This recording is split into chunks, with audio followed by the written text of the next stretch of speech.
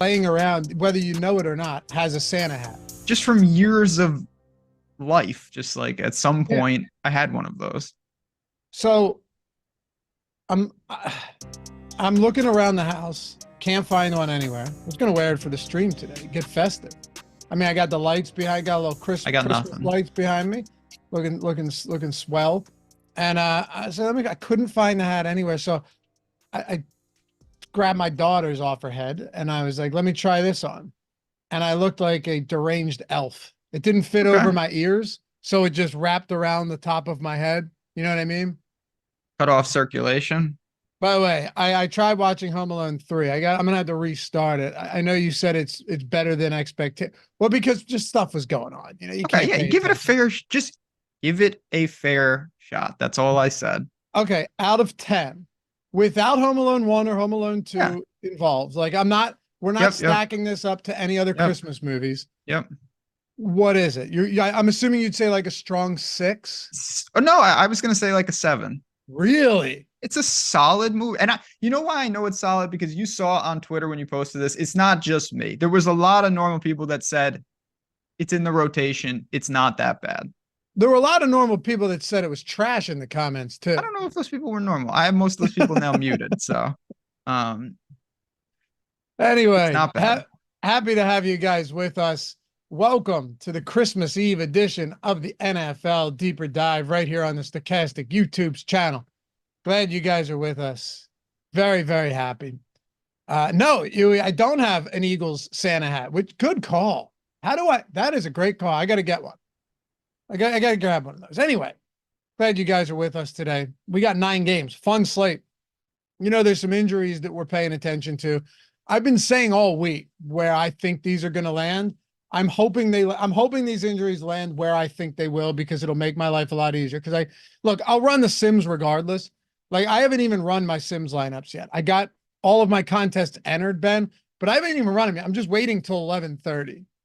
You kind of have to, because one domino, it's not as simple as like, oh, Jaden Reed is sitting. That just means I'll do this. Like, there are so many repercussions. And there's also so many spots. Like, I want to see what's up with Tyreek, certainly the Packers. We'll see what's going on in the backfield. But yeah, a lot of spots. Madison. We're going to talk about all of them. I'm excited to get into it. And I anticipate Trevor Lawrence playing as well, because he only plays. He only plays. Yeah. Yeah, I tweeted this morning that dude could get mauled by Cocaine Bear on Friday and play on Sunday. Like, seriously, there's nothing anymore that could happen to Trevor Lawrence. He could be that guy. Remember that guy off the coast of Greece or whatever that we saw a few months ago get eaten alive by a shark? I'm sure you saw that video. Certainly don't know what you're talking about. Ashamed to say, I've watched the video on loop many times. Very sad though, is his fiance and dad watched from the shoreline as he was munched down by a Nothing gets you in the Christmas spirit like that. Yeah, it wasn't good. Truthfully, it was sad. All I'm saying, if that was Trevor Lawrence, he plays. It'd be a game time decision for sure. But he plays. Yeah. Rushing upside, slightly limited. Thank you, John. Egypt, not Greece. Yeah, Egypt. That's right. Yeah, he plays.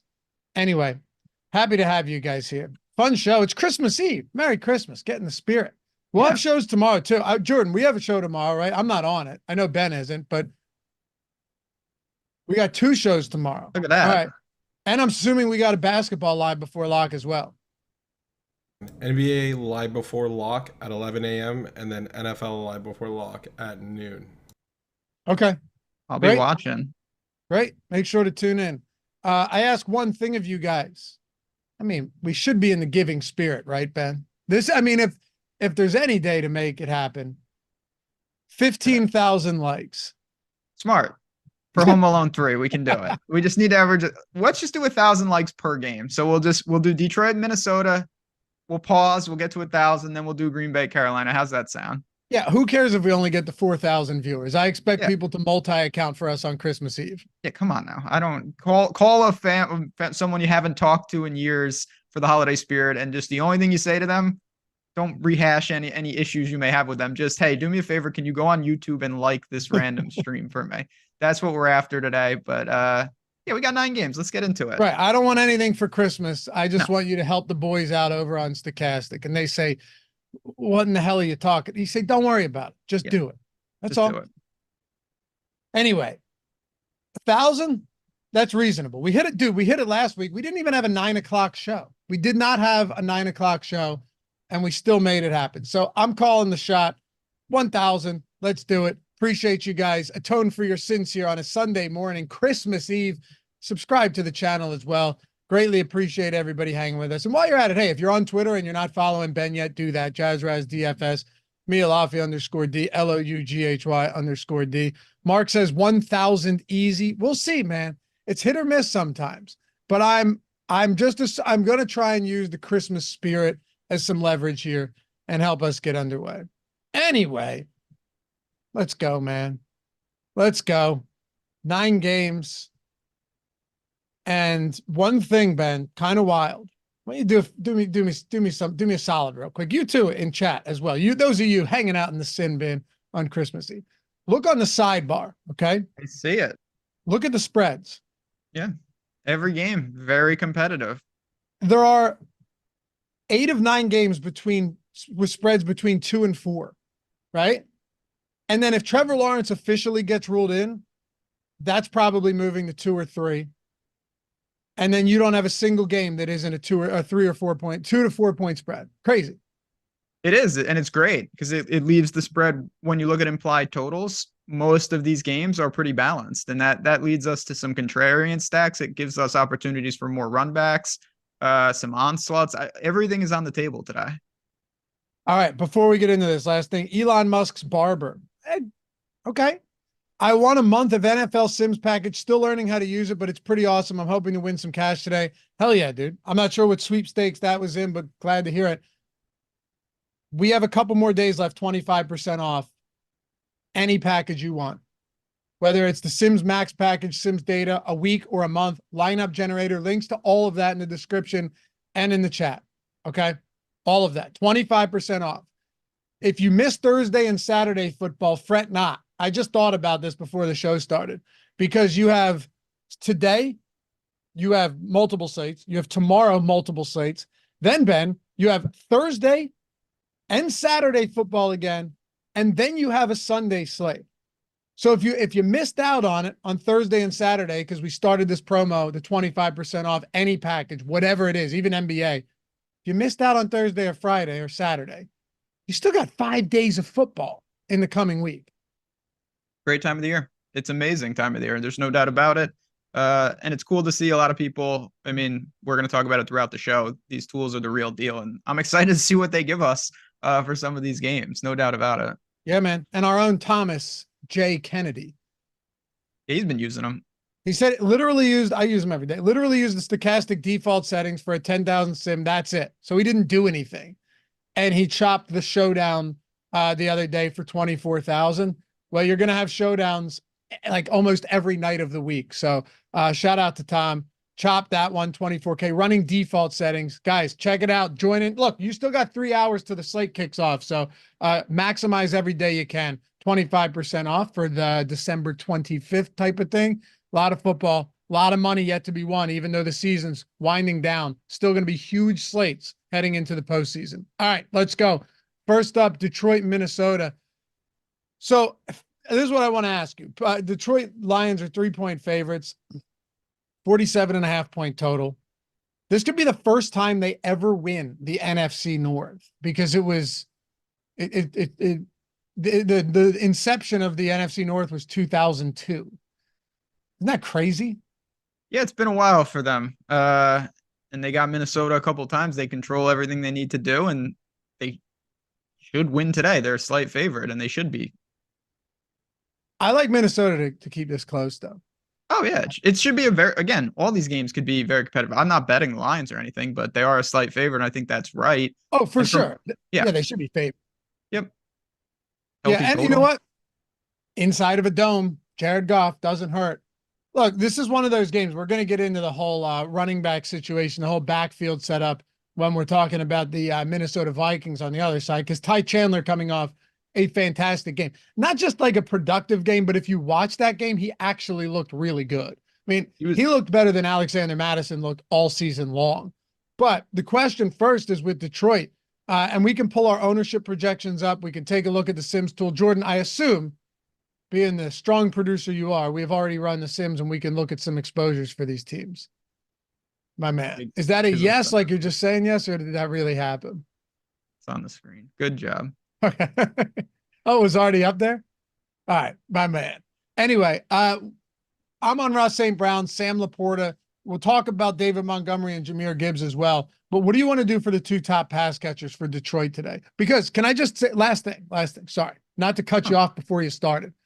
Brian Flores has got that Vikings defense. And this isn't to say that I'm fading Detroit. I'm not.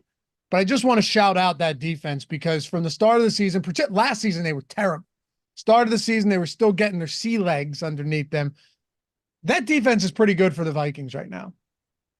It is good. It's a competitive matchup. Again, we already talked kind of these spreads are all close together.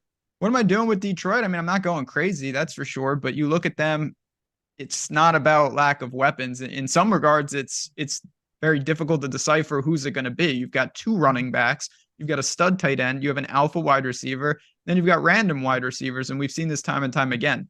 On the positive side, and I don't really understand why, we saw the Lions more than willing to throw the ball in full command of a game last week against Denver. 5 touchdowns for Goff, and one of them came in garbage time. I don't really understand that. But still, the volume could be there. The efficiency will be there.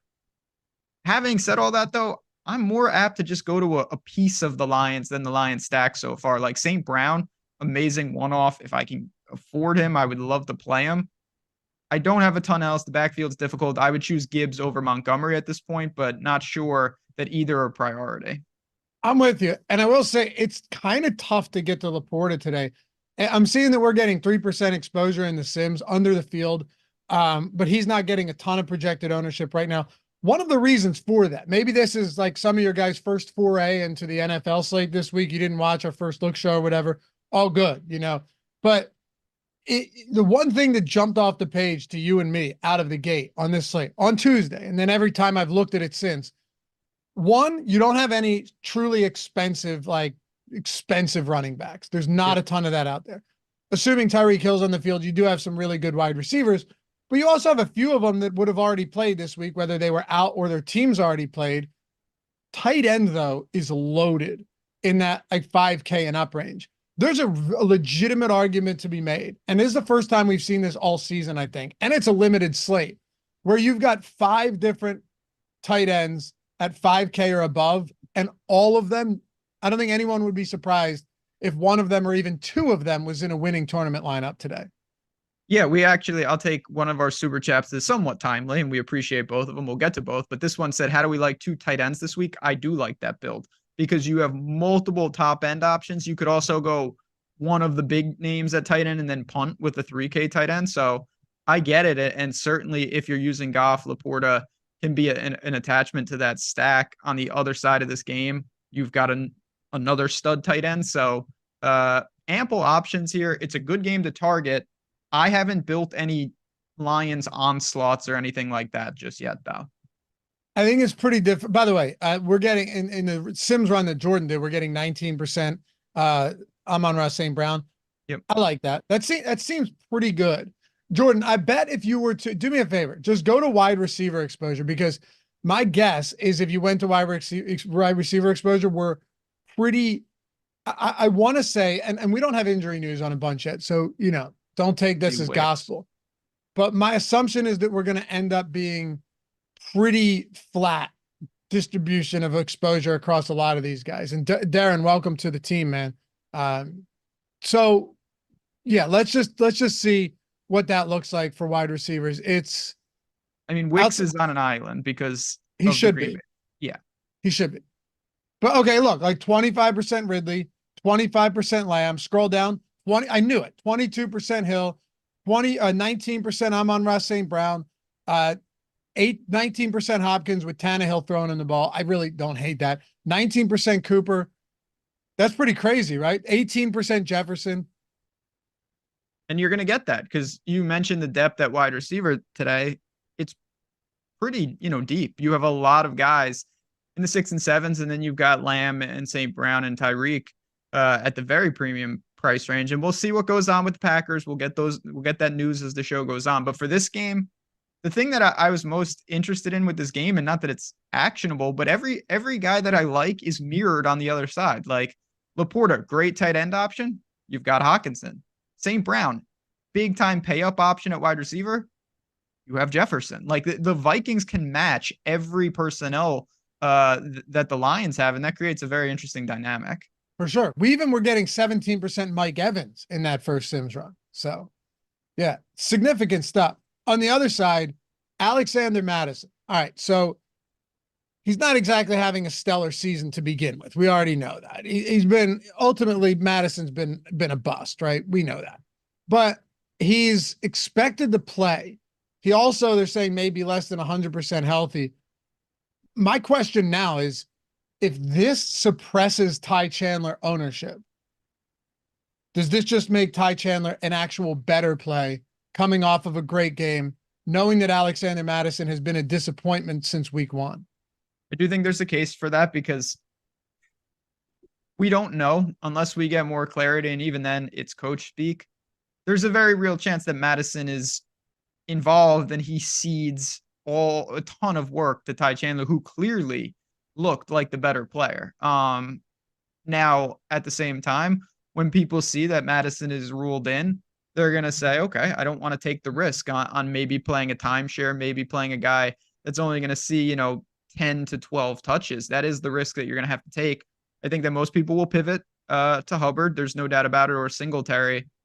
I want to see what the Sims give us there, because that's an interesting spot. I don't think Ty Chandler is just automatically out of play now by any stretch. I don't think he's out of play either. What do you think happens with ownership in the event that Mattison is confirmed in on the 11:30 inactives report? I think that it will certainly suppress Ty Chandler's ownership, and simultaneously it'll boost Chuba.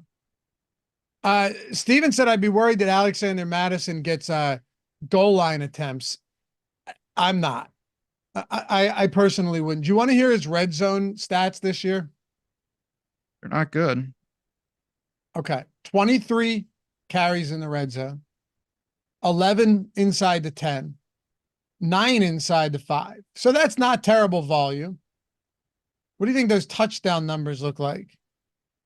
I figured you were going to tell me how many he didn't fumble on, because every play that I'm carrying is a fumble. Again, if he takes some of that volume, it's going to be a big problem, but maybe Ty Chandler is just the new bell cow. No. You're missing my point here. He has 0 rushing touchdowns. No, I know, but if he gets the carries, it's a blocker. Like, he may not score on them, but if it's not Ty Chandler out there, that's just as good as. What I'm saying is he's been so bad. Like, he has more lost fumbles. He has 2 more lost fumbles than rushing touchdowns this year. I'm saying, like, it would seem crazy not to give the word to. Is it possible that Mattison gets it? Sure. What I'm saying is he hasn't been an efficient goal line back that they're like, okay, well, he's a Jamal Williams type. We'll just use him inside the 5. There's no reason. There's no actual rational, logical reason to do that with how ineffective he's been. That's what I was getting at. No argument there. Sadly, that's not, and I know you're not saying this, that doesn't mean they won't do it. I agree, but I actually don't think Kevin O'Connell's all that bad of a coach. I think neither do I, for what it's worth. Yeah. What are you doing with the passing game? Hawkinson, Jefferson, Addison. Addison was real good to you on Saturday football last week. Almost took you down a big tournament. Interest there today? Not really. I still think, the guy's super talented. We saw that, but he had 6 targets and he converted all of them and he scored twice. Just a ridiculous ceiling game. I do have interest in Jefferson, though. He had 10 targets. It was a quiet 7 for 84 that I thought could have been even better. Certainly live to cross 100 today. Certainly live to be peppered with more than 10 targets. If you have the money, again, I think paying for either or both of the, I was messing around before the show and just running some like very preliminary sim lineups. And I got a couple that were interesting that had St. Brown and Jefferson in them. No quarterback though. I'm fine with that. So just a little secondary stack. Yeah, a little twist, as I call it. I like that. I don't hate that. There's going to be value. I said this on Tuesday, just like with some foresight here, that there's clearly going to be value at wide receiver. Clearly. And then you've got Michael Pittman. It's like, he doesn't have a concussion anymore. Wait, never mind. He still has a concussion. He's out. Yeah, I mean, that situation's a mess. It's a mess. There's going to be stuff out there for sure. And then if Zay Jones is out too, if Zay Jones is out as well, that's going to add another wrinkle into the mix. Anyway, I'm getting ahead of myself, but you can kind of see the way that builds are shaping up. Yeah, I don't even love this game as a stack, but I love pieces from it. St. Brown, Chandler, even if Madison plays, like you said, Jefferson, Hawkinson. I think the spot I'm probably getting to the least is going to be trying to figure out the two-headed monster in the Detroit backfield. Super difficult. Certainly if Montgomery gets there in a big way, I think it's an extreme downgrade to the rest of the lines, just because those are most likely like isolated points. Gibbs can, kind of navigate at times. I'm still not in love with it. It's just a very premium tag for a guy that we know is not going to consolidate all the work. He can catch the ball. He's an amazing player. It's just, there's not that much value on there, according to. I think you would rather go to Raheem Mostert. I would. I think that's an interesting tournament play, and we'll get there. Yeah. And now with the Colts situation, I think that changes as well. Oh yeah. I mean, well, look, Jonathan Taylor is going to be chalk, and Raheem Mostert probably vastly overlooked against the Dallas Cowboys defense that was murdered on the ground last week. Anyway, let's get back to it. Green Bay and Carolina, 38-point total. Packers laying 4 points. I don't think the Panthers win, but I wouldn't be surprised if this is. Don't mess up the streak. Be careful. We've both called each of the Panthers wins this year. Yeah. Yep. And they only got 2. That's what I'm saying. Yeah. We're both batting 1,000. Are you on Panthers to win today? No. I'm not taking a side. I think it's probably about right, but no, I took I already said +5.5. You have the Panthers +5.5. Yeah. Well, that's useful. Yeah. Yeah. Why not? I mean, at home, and just kind of foreshadowing those injuries for Green Bay. That's the thing. I mean, Christian Watson, he's doubtful. Doesn't look like he's going to play. And then you have Wicks is questionable, but I saw the report earlier this morning that he's expected to play. That's huge. And you're just going to have to get to Dontavian Wicks today. I mean, look, actually, no, you can do whatever you want.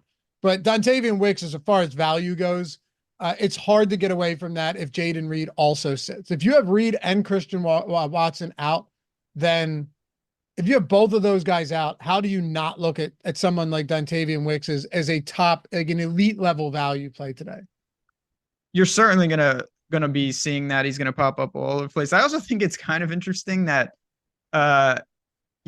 Romeo Dubes, he just he hasn't worked. Like, you would think he would be the guy. Don't disrespect him. It's Dobbs, Ben. Dubes. I wanted it to be Dobbs, and then it slowly changed to Dubes. I'm going back to Dobbs. That's fine. Josh Dobbs, Romeo Dobbs, whatever it is. But yes, Wicks, definitely the guy. He's going to be extremely popular. I don't have much else to say about Green Bay, though. Do you? Yeah. If AJ Dillon's not in, back to Aaron Jones we go, or you go. I think you kind of have to. No, I mean, if AJ Dillon doesn't play, you're Green Bay down potentially Jaden Reed and Christian Watson. Yeah, I see it. I think like Kraft looked really good. Luke Musgrave's still out. He's still on the IR. Kraft looked really good. I'm shocked we're only getting 3% exposure to Tucker Kraft this week. Again, I think it's a product of how deep the tight end position is. But right now, we're really only getting to Wicks. So then the question becomes, if Wicks is clearly chalkier than everyone else, just look at the ownership projections. If you look at pool ownership on all of these guys, Wicks is getting right now 20+%. I think once you get Reed out, if we do, I think Wicks comes in even higher than that. Wouldn't be surprised if he lands around 30 on a 9-game slate. If that's the case, and you still have a more concentrated offense than we've seen in the past. Doesn't Tucker Kraft and Aaron Jones look more interesting? Definitely look more interesting. I agree with you more on Jones just because of the opportunity cost at tight end. If you're running 2 tight ends or even if you're punting, I get getting to Kraft, but I'm going to keep it pretty simple with Green Bay. You've got Wicks, and we'll see what shakes out there. You do have Aaron Jones, but I think Dylan might play. That's about it. I've gone to Jordan Love several times, and it's actually worked out fine. I actually respect Carolina's defense, though. I don't think this is the easiest spot for him. The total's not great. On the road, not really looking to stack up Green Bay. Fair enough. I'm not looking to stack them either. These to me are mostly like one-off pieces that are discounted. That's all. Yep. One-off pieces. They're still a favorite. But, now we're less than 2 games through this, and it's Madison's questionable, Reed is questionable, Dylan's questionable, Watson's doubtful. So a lot of injuries to stay tuned for. Live before a lot coming up after this as well. With Carolina, it's Chuba Hubbard, and that's it for me. I really don't have much else on that. I have no problem in a game with a 4-point spread where Green Bay's dealing with offensive injuries, may not look as strong. Game could stay competitive. The line has moved more towards Carolina. Well, 5.5 to 4. This could be another 25 attempt game for Chuba Hubbard. Probably going to be. And there's no one else, barring large field tournaments that you're taking a flyer on that I even think you should consider. The thing about Mingo, it's not that I don't think that he's playable. There are other value wide receivers that are just surpassing him on all these slates. So I don't know why I want a hero call really anyone on Carolina. The only play I want to make on Carolina besides Hubbard is the Panthers defense if you're in a jam. Okay. No issues with Panthers defense. So then favorite spots from this game for me would be, as it stands right now, Dontavian Wicks and Chuba Hubbard. Of course, not telling you guys anything you don't already know there. They're pretty obvious plays. We're getting to a lot of Chuba Hubbard in the Sims. At that price point, it makes sense. Aside from that, we're getting essentially nothing else. So Wicks and Chuba Hubbard, but pending news, if Reed is out, if Dylan is out, Aaron Jones to me at 6,400, seeing that he suffered no setbacks this previous week, came back after a 3-week absence with that MCL and still touched the ball a lot, was still on the field a lot. I think Patrick Taylor would see less work in a game like this that they truly desperately need. And Aaron Jones could potentially see his highest snap count of the season. I think it's possible. Yeah. Again, it's a better pieces than stack game, but there are good pieces and key pieces on the slate. Hubbard and Wicks are going to be 2 of the most popular plays if the injury news breaks their way. Seattle and Tennessee. Seahawks coming off a big win at home behind the arm of Drew Lock. What a disgusting performance from the Philadelphia Eagles. Just a joke. Anyway, not going to act like I'm surprised. But now you've got Jeffrey Simmons out. That's pretty big deal on the defensive line for the Titans. Kenneth Walker's expected to play. Ryan Tannehill's starting with Will Levis dealing with the ankle injury. Chigakonkwo's questionable. Nick Westbrook-Ikhine is on the IR, and Kyle Phillips is out. You might just be like, well, why are you mentioning all this? Yeah, I get that, but still, Ryan Tannehill, as bad as he was earlier in the season, getting benched, all that stuff, they can't get the ground game going. I think there's a little bit of offensive potential at home. Seattle team traveling west to east, coming off a big win on a short week now. I do like DeAndre Hopkins in this game. I mean, I've tried to target. You can look at it 2 different ways to me. But the obvious way is, okay, the guy's got 33 targets in his last 3. He had 9 targets against Houston. Problem is that turned in 2 for 21. I mean, that's just awful. Now, Tannehill, totally different situation. The Titans are done. There's also that part of it, hard to quantify, but I think Hopkins is really the only guy that I would have interest in from Tennessee. If Chig is in and you need to punt tight end, you can always do that. But other than that, I don't have a lot. I'm not going to play Tannehill. I'd rather play Mullins, who I know we didn't mention a ton. I think he's fine. And there's other pay down quarterbacks that I like. So it's not going to be much from Tennessee for me. Titans defense as well. Just another one in the rotation. Yeah, well, look, here's the thing. Ryan Tannehill might not be good, but he's it's still better than just some shitbag coming in off the couch to start. Like course. you know what I mean? You still know that he can produce a big game for Hopkins, and Hopkins can produce so well after the catch as well. So I like it. Plus, I think we were getting a decent amount of Hopkins, right, Jordan? Like 19%. Yeah, get 19% Hopkins. Here's what I will say. I might look towards the Sims a little bit here if Jaden Reed gets ruled out. Concha said Tannehill is trash. Yeah, dude, but stop. Let's not pretend like Will Levis is the second coming of fucking Dan Marino or something. Like, he had a couple good games, but yeah, and even if he plays, like, unless you think he somehow can't deliver the ball at all, like, if Tannehill throws a couple picks and throws for like 240 yards, Hopkins can have a huge game. Lance Dunbar's burner, show some respect to the shitbag Joe Flacco. That's America's QB. We'll get there. Yeah, man. Flacco's for real. And they're just letting him chuck. It's crazy. But no, I have no issues with Hopkins. I can't go back to Derrick Henry. That was no. Remember I said last week felt like a Derrick Henry week?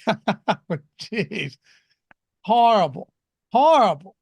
Just terrible. My fault. I told you not to listen to me on that one though. So I absolve myself of most responsibility. But yeah, I mean, look, it's only a 3-point spread. The line moved the line moved a half a point, despite like injuries to Tennessee, despite Levis being out. It moved half a point, Ben. Yeah, because it doesn't. I go off that. It's not that big of an impact.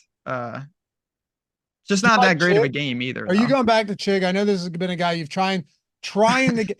This is like your Evan Ingram of the past. And then when you finally stop playing him, Chig's going to go for 10 for 120 and 2. It's just what happened with Evan Ingram. And everybody tweeted you and DM'd you like, dude, good stuff. You finally got your Ingram game. And you had none of them that week. No, I remember that day. So I do think, again, it speaks. This is in the Tucker Kraft bucket. I think that Chig is fine as a pay down option. It's just, how big is that opportunity cost? Do I need to go there? Because if I don't, if you're telling me like, oh, you can just go get 2 other more involved tight ends, I'll do that. But if I had to spend $3,100, I think that is probably where I would go. I don't see a lot down there in terms of the true pay down options. Okay. Yeah, me neither. I still probably prefer Kraft a little bit more. If Chig had a decent quarterback, I think he'd actually be good. Yeah. Kraft also $600 more expensive. So yeah, that makes sense. Yeah. Coming off a nice game, tried to hurdle, caught one straight to the cock too. Did you see that? Yeah, well, it's an occupational hazard. You know, you're trying those type of hurdles, but Kraft's a good player. I'm a fan of him. Green Bay's really good at like taking multiple shots at a position and land. And then the guy that they drafted later always ends up being better. Like Aaron Jones was drafted well behind Jamal Williams, and he ended up being way better. Yeah. Tucker Kraft was drafted behind Musgrave. We don't know yet, but would you be shocked if Kraft ended up being the tight end 1 on that team? Not at all. I know you couldn't really do this, but I've always thought there's a chance that a team is just going to be like, you know what, we haven't got quarterback right. We're just going to draft like 6 quarterbacks and we'll just like figure one of them will be good.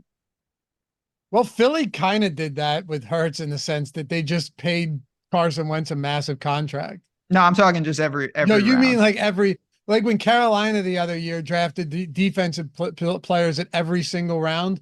You just want quarterbacks at every Just take round. all the quarterbacks from the draft that you can get. Yeah. What do you think the odds of that working are in a deep draft?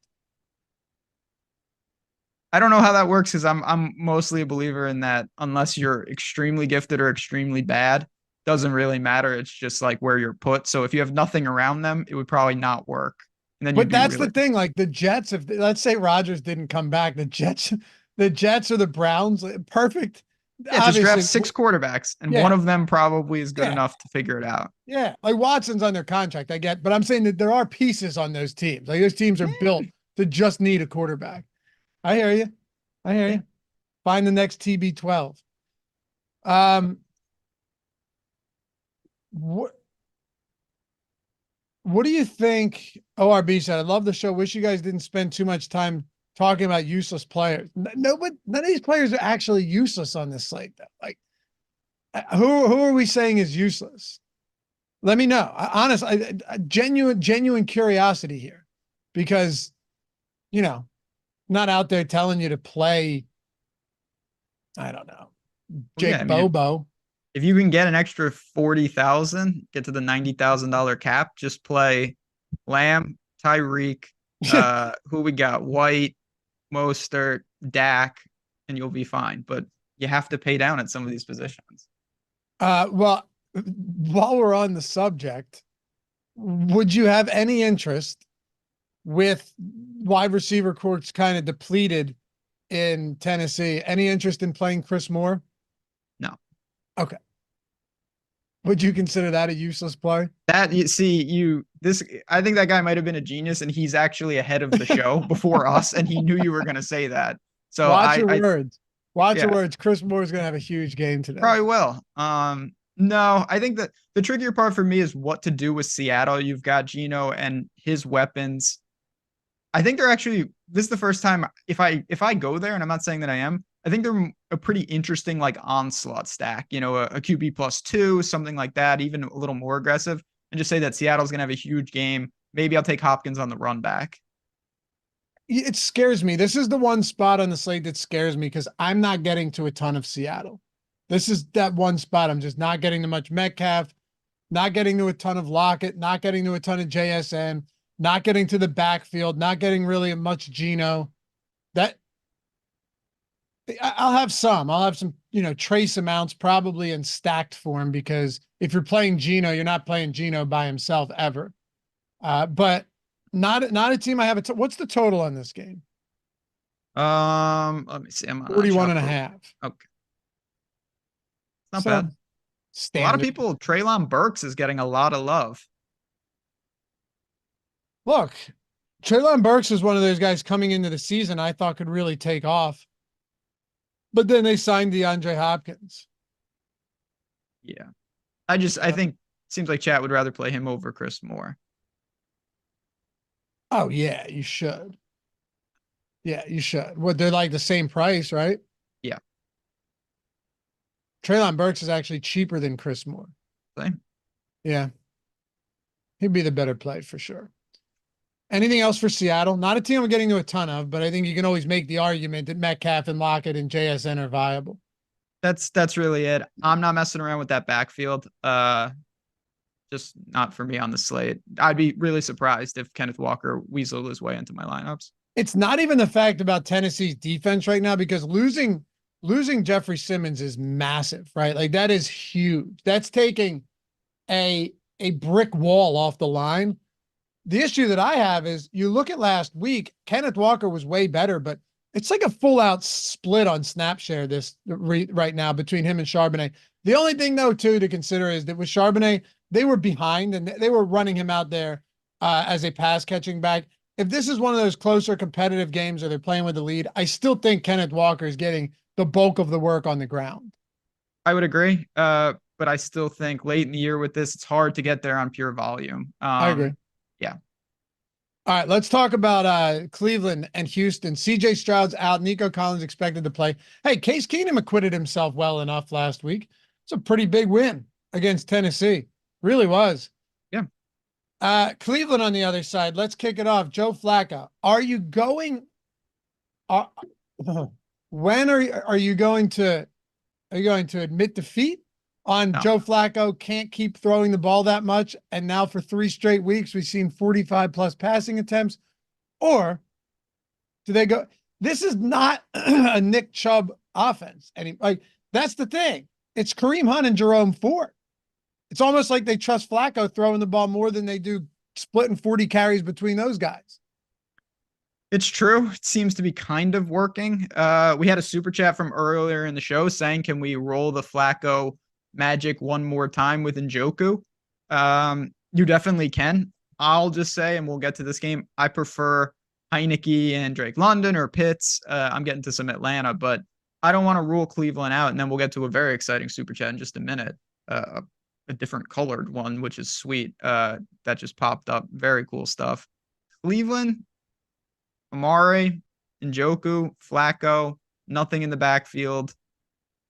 think that's where I'm living. Not jamming by any stretch, but yes, it's undeniable if he's going to throw the ball 45 times every game, the target share can be dispersed and you can get your 6, 8, 10 targets. Even a guy like Cedric Tillman, you just mentioned some pay down options. The guy had 8 targets last week. I'm not sure that's going to change. Might not. I mean, this sounds like Cleveland is one of those teams you're liking a little bit today, though. I mean, look, you're usually more than I thought. Well, the reason I like doing shows with you, the reason people should enjoy watching shows with you is because you're not just going to overhype every team to make it more interesting if you're not on them. A lot of people do that. You know, you watch a show with 9 games and you walk away thinking, okay, so I'm stacking all 18 teams, right? Yep. Right? Because what's the easiest way to not be wrong? Well, just say everybody's in play. And then when they tell you you got this wrong, you're like, yeah, but I got that guy right. So I mentioned him. It's like, well, yeah, you mentioned him. You mentioned all 18 quarterbacks. Like, that's what I'm saying. Right. But our Sims like him too. Our Sims are giving us a decent amount of Flacco, Amari. I've said it a lot over the past couple of weeks. The only guy that's been able to unlock David Njoku in all the years that he's been in is Joe Flacco. That's amazing. That's really incredible stuff. So at the price points for David Njoku, for Amari Cooper, for Joe Flacco, it's a viable approach here. It's 3-point road favorites against the CJ. The only thing that sucks, I'd rather have CJ Stroud in the game. So would I. But again, you also add benefit. You're on the road, which is never good. You're on the road in Houston. That's definitely a bonus. Like, you don't want to be playing outdoors in Cleveland if you can avoid it. So Cooper, Njoku, Flacco, skinny stacks, +2s, all of it is in play. I think Tillman is in play. And I guess they're all in play because they throw the ball so much. I wouldn't go crazy, but yeah, it's undeniable that Cleveland's got something going on here. Johnny Ray Highway with the $50 super chat. Thanks, man. You're the best. Merry Christmas, brother. He said, I was also in the Thursday night chop for 24. I'm not reading all those numbers. I'm rounding up here, Ben. For $24,000 with the lineup from the lineup generator. So what you're telling me is the Sims tool spit that lineup out. Lineup generator spit it out as well. We always say, like, the lineup generator is your best entry point if you're not looking to spend as much money as the Sims. I mean, the lineup generator is running simulations and giving you plus EV lineups and showing you how chalky, contrarian, what the optimal projection is. You can keep the ones you want, discard the ones you don't like, upload them straight to CSV, see all your exposures. And with Showdown, you can adjust projections on the way you think the game is going to go. Really good stuff. But for those of you guys that joined late, it's still 25% off everything, whether it's the lineup generator, links are down there, whether it's the Sims tool, you want a week, a month, any of it, 25% off. And if you missed out on Thursday or Saturday, you still have Sunday football, Monday, Thursday again, Saturday football, multiple showdowns too. The Sims and lineup generator crushing for showdowns lately. And then you've got Sunday again. So it's 5 days of football from today on out. 25% off, my friends. No better time to do it than now. But what's it? Go ahead. No, I was just thinking, like, I think he can have lineup generator till he's probably like 90 years old off that. I think he's got it covered for quite a while. You're talking about like $10 to $15 a week. I think that pays for it. So awesome hit. That's really cool to see. We love to see people with the avatar, with everyone taking it down at the top of these leaderboards. Yeah, and appreciate the note, you guys. I always say, like, you're making these lineups, you're paying for these lineups, you're paying for the tools. You don't have to super chat us, but it's greatly appreciated for sure. All right. Of the games we've talked about thus far, is Cleveland your favorite stack? Of the ones we've talked about so far: Detroit, Minnesota, Green Bay, Carolina, Seattle, Tennessee, Houston, Cleveland. Cleveland, of the games we've talked about so far, Cleveland would be my favorite stack, and then probably Minnesota by default, just because it's an easy stack team because you got Jefferson, you've got Hawkinson, and you can stack Chandler still, I think. How about the other side of this one? Do you go back to I want to see Jordan throw the Sims results out on yeah, I want to see Singletary, right? Because what we're doing is you're getting these 10,000 lineups. You're simming the contest for like I think it's 40,000 times, all these lineups against each other, all these players against each other. So it gives you a pretty good idea of how, positively leveraged and what the ROI looks like on these guys. We have a decent amount of Singletary. And I'll tell you, man, I know you're probably sick of me saying this, but Cleveland's defense on the road compared to at home, night and day. I mean, they look at how badly they've been gashed away from Cleveland. Yeah, there's no denying it. There's also no denying this guy is in the Hubbard category of I do think there's something to this. Not that I could just be inferring or just not even know what I'm talking about, but like I've seen a couple backs late in the year start getting massive work. Massive. And what do they all have in common? They didn't start week 1 as a dominant bell cow back, because it just feels like this late in the season, it's impossible to be healthy to have 30 total touches week in and week out if you started the year there. But a guy like Singletary, a guy like Hubbard, these guys are fresher, and Singletary is going to be extremely busy. You're going to throw in 4 or 5 targets. It's hard not to get there at that type of price point when you're seeing 30 touches like that. Definitely going to be in play today. I mean, shit, dude. Singletary played 75% of snaps last week. There's been a guy that you and I have loved for a long time now. Yeah. And somehow I never actually profit from Devin Singletary being good. Nope. Never. And I've been from his Buffalo days. I'm a huge Singletary fan. Like, you would think that we'd get some good karma from the football gods for sticking with this for so long, you know? I'm just waiting for when Josh Rosen comes back to the league, wins a Super Bowl, and I get paid off 0. No, for you, it's going to be Jalen Reagor. Well, the secret's out on him. Now everybody knows that he's a stud. So yeah, that's what team is he on? Is he on a team? No, he's on a team. Aguilar's on a team. I don't know if Reagor's still on a team. He's on he was Scotty Miller, where he's on like 5. Like, I watched Reagor play on Thursday, and I'm like, wow, I forgot he was in the league. And then on Sunday Red Zone, they're like Jalen Reagor with a big catch because he probably got cut and signed and is playing like 3 games a week. I think he's on the Patriots. Yeah. Should be busy tonight. They don't have any players. I don't think does he even get snaps at this point? They have hold on a second. Think about that for a moment. Think about what you just said. They have no players, and you still don't hear this guy's name. But you're going to deny it. He did play. You're going to tonight. He did play 55% of snaps last week. Oh my God, he's so bad. Anyway, Singletary's in a spot, where you just at this stage of the game, you have to consider it. You're right. You talk about a Chuba Hubbard. Miles Sanders gets $25 million, and they're still giving Chuba Hubbard all of the work. So at this point, Dameon Pierce. It's not like he isn't on a rookie contract, but people were stoked on him after last year. You saw him drafted pretty early in drafts, like 5th, 6th round. He is an afterthought at this point. He has faded into oblivion. It's unless we see something far off from what we saw last week, it sure feels like it's back Singletary's backfield. And I don't see that changing in this spot. And they have a lot to play for too. This is all hands on deck. Yep. All right. So one other thing. Last week we talked about the fact that even though Case Keenum was under center, that we shouldn't just totally ignore Houston pass catchers because, somebody can have a big game. You had no Tank Dell. You had no Nico Collins. Noah Brown ended up having a strong game. 8 for 82 and a touchdown.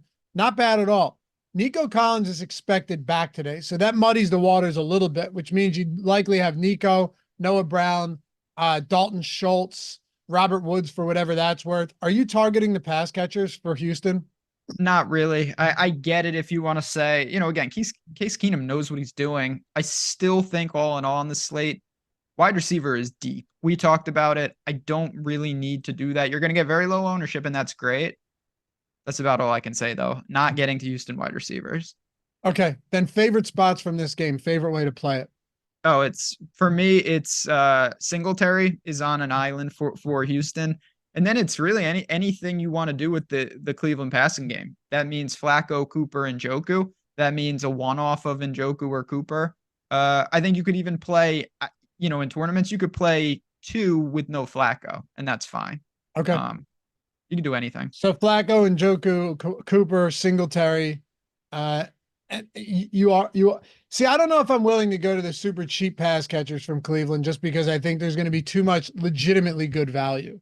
And that's the same argument that I made in a couple of the teams we talked about as well. I tend to agree with that. Just you don't need to make, that's why like Mingo to me is not in play.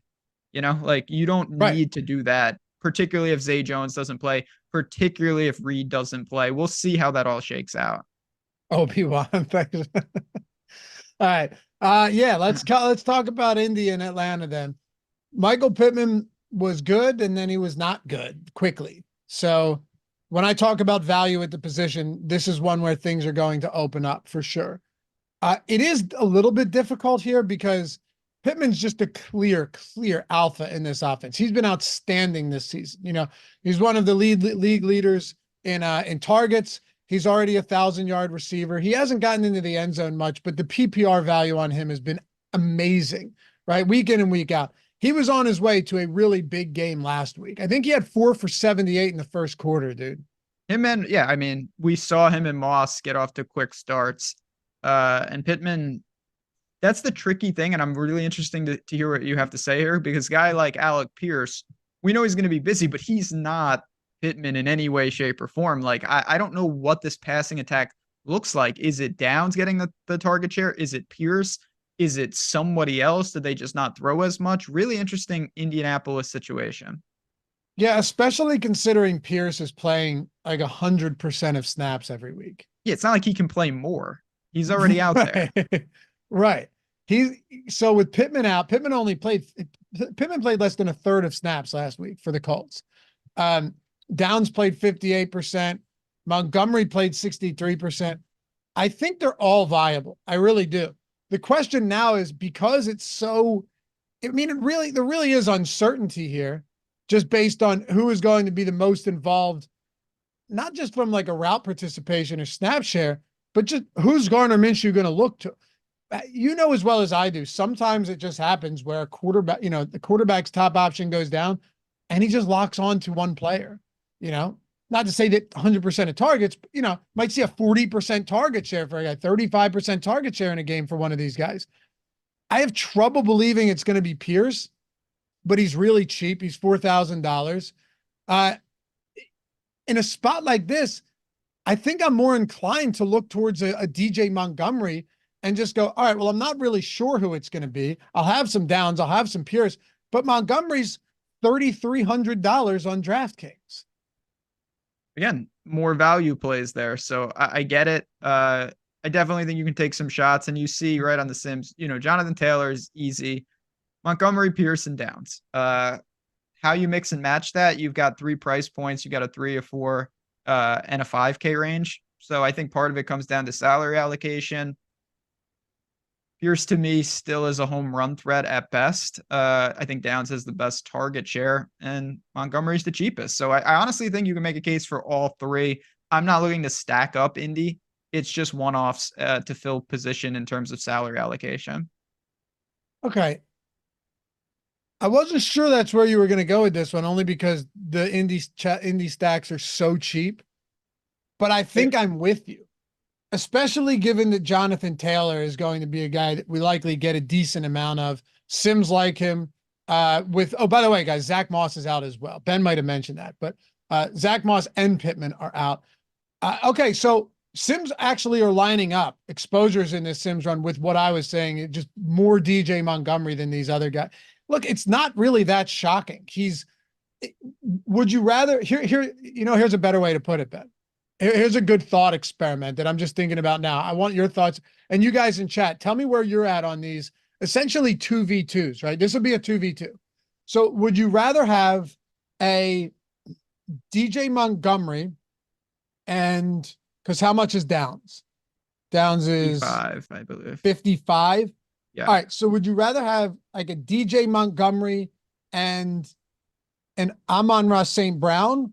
Or would you rather have a Downs and a like Hawkins. DeAndre Hopkins or Chris Godwin or something? Because by the way, I don't think either of those are bad. Cooper's down there, Ridley's down there, Hopkins is down there, Godwin's coming off a big game, he's down there. But that really is the question. Like, would you rather have the payout or would you rather go a little bit further down to the mid range and pair him with Downs?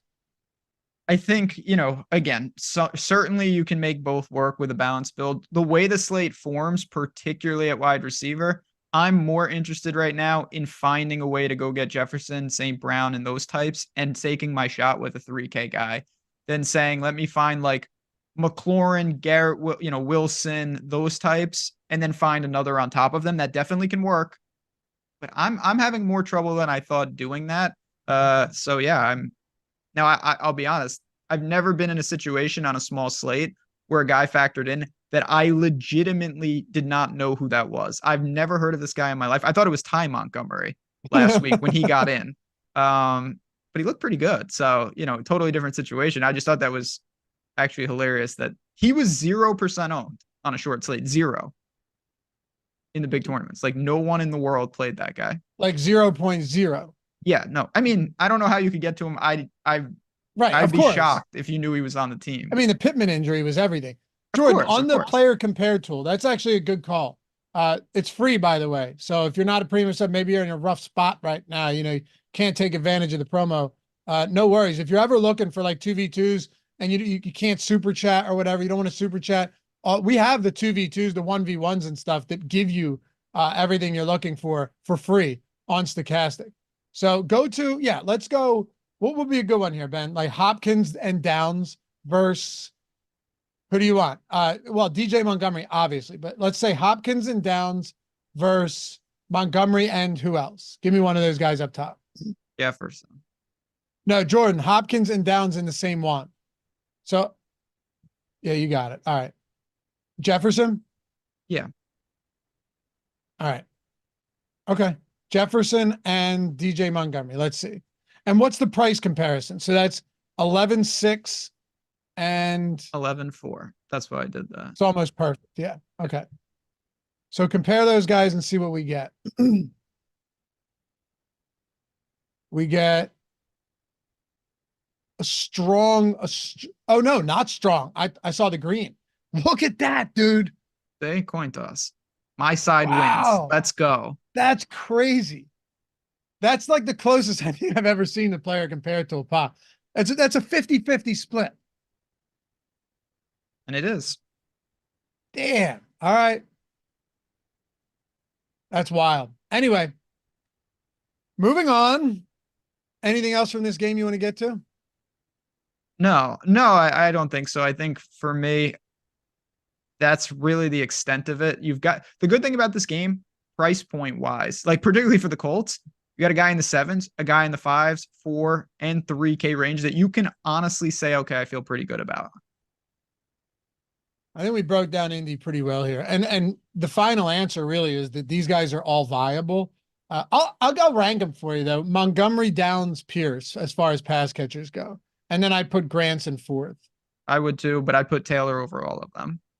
Yeah, I said pass catchers. Yeah. Okay. Yep. Taylor over all of them for sure. Yep. Would you rank the pass catchers the same way? Yeah. Okay.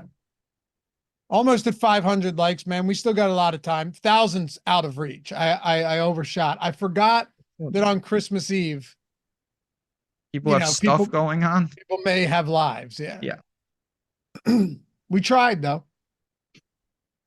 I mean, yeah, you said 15,000 at one point. So well, that was. I believe it. My friend. Mm-hmm. We may not get to 1,000 likes. All good. Appreciate you guys supporting us. It also looks like Owner's Box is not going to get to 100% capacity. 15K up top in the kickoff today, Ben. 30% filled right now with less than 2 hours to go.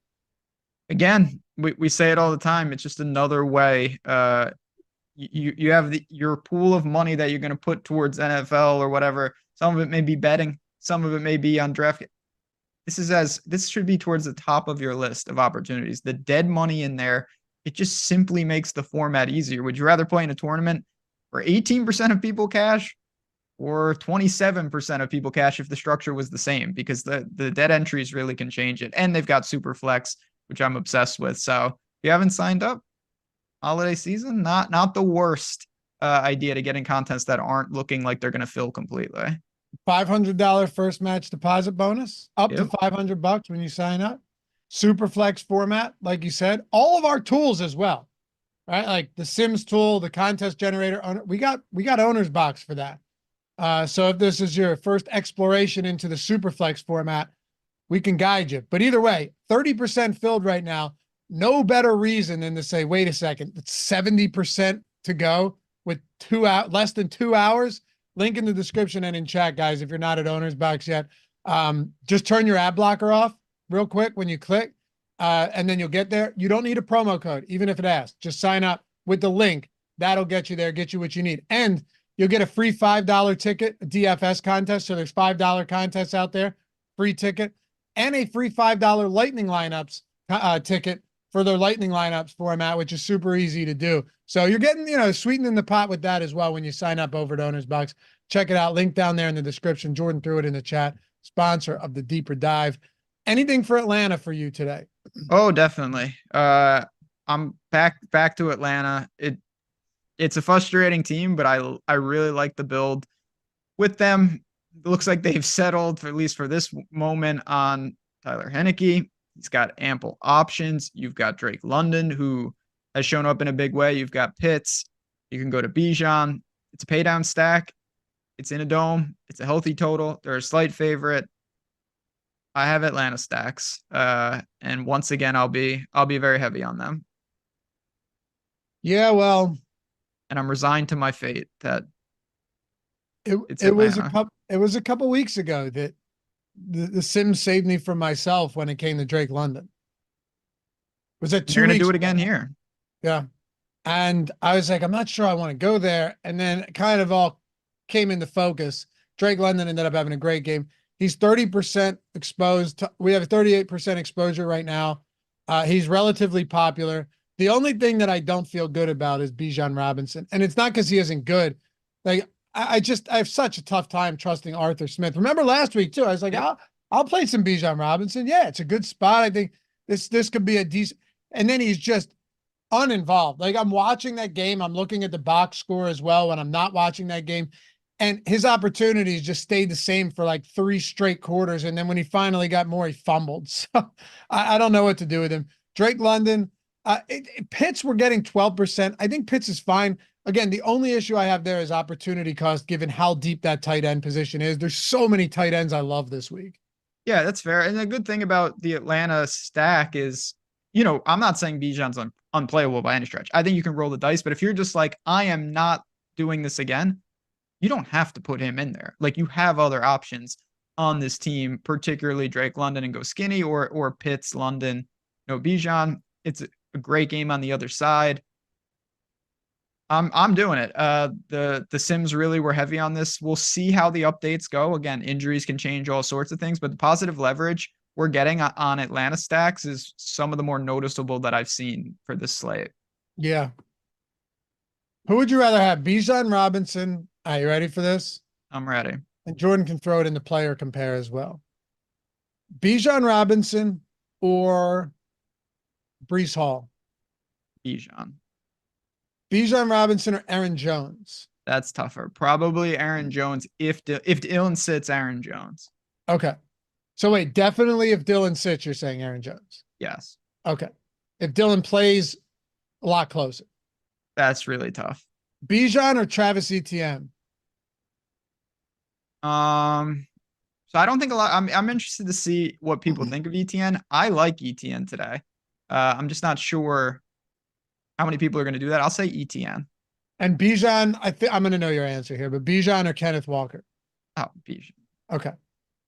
The reason I ask is because you mentioned, hey, you don't have to play him. No, there's probably 6 other guys in that price range that are pretty good too. Yeah. For what it's worth, and we'll get there, like Tony Pollard would be over Bijan for sure for me. Okay.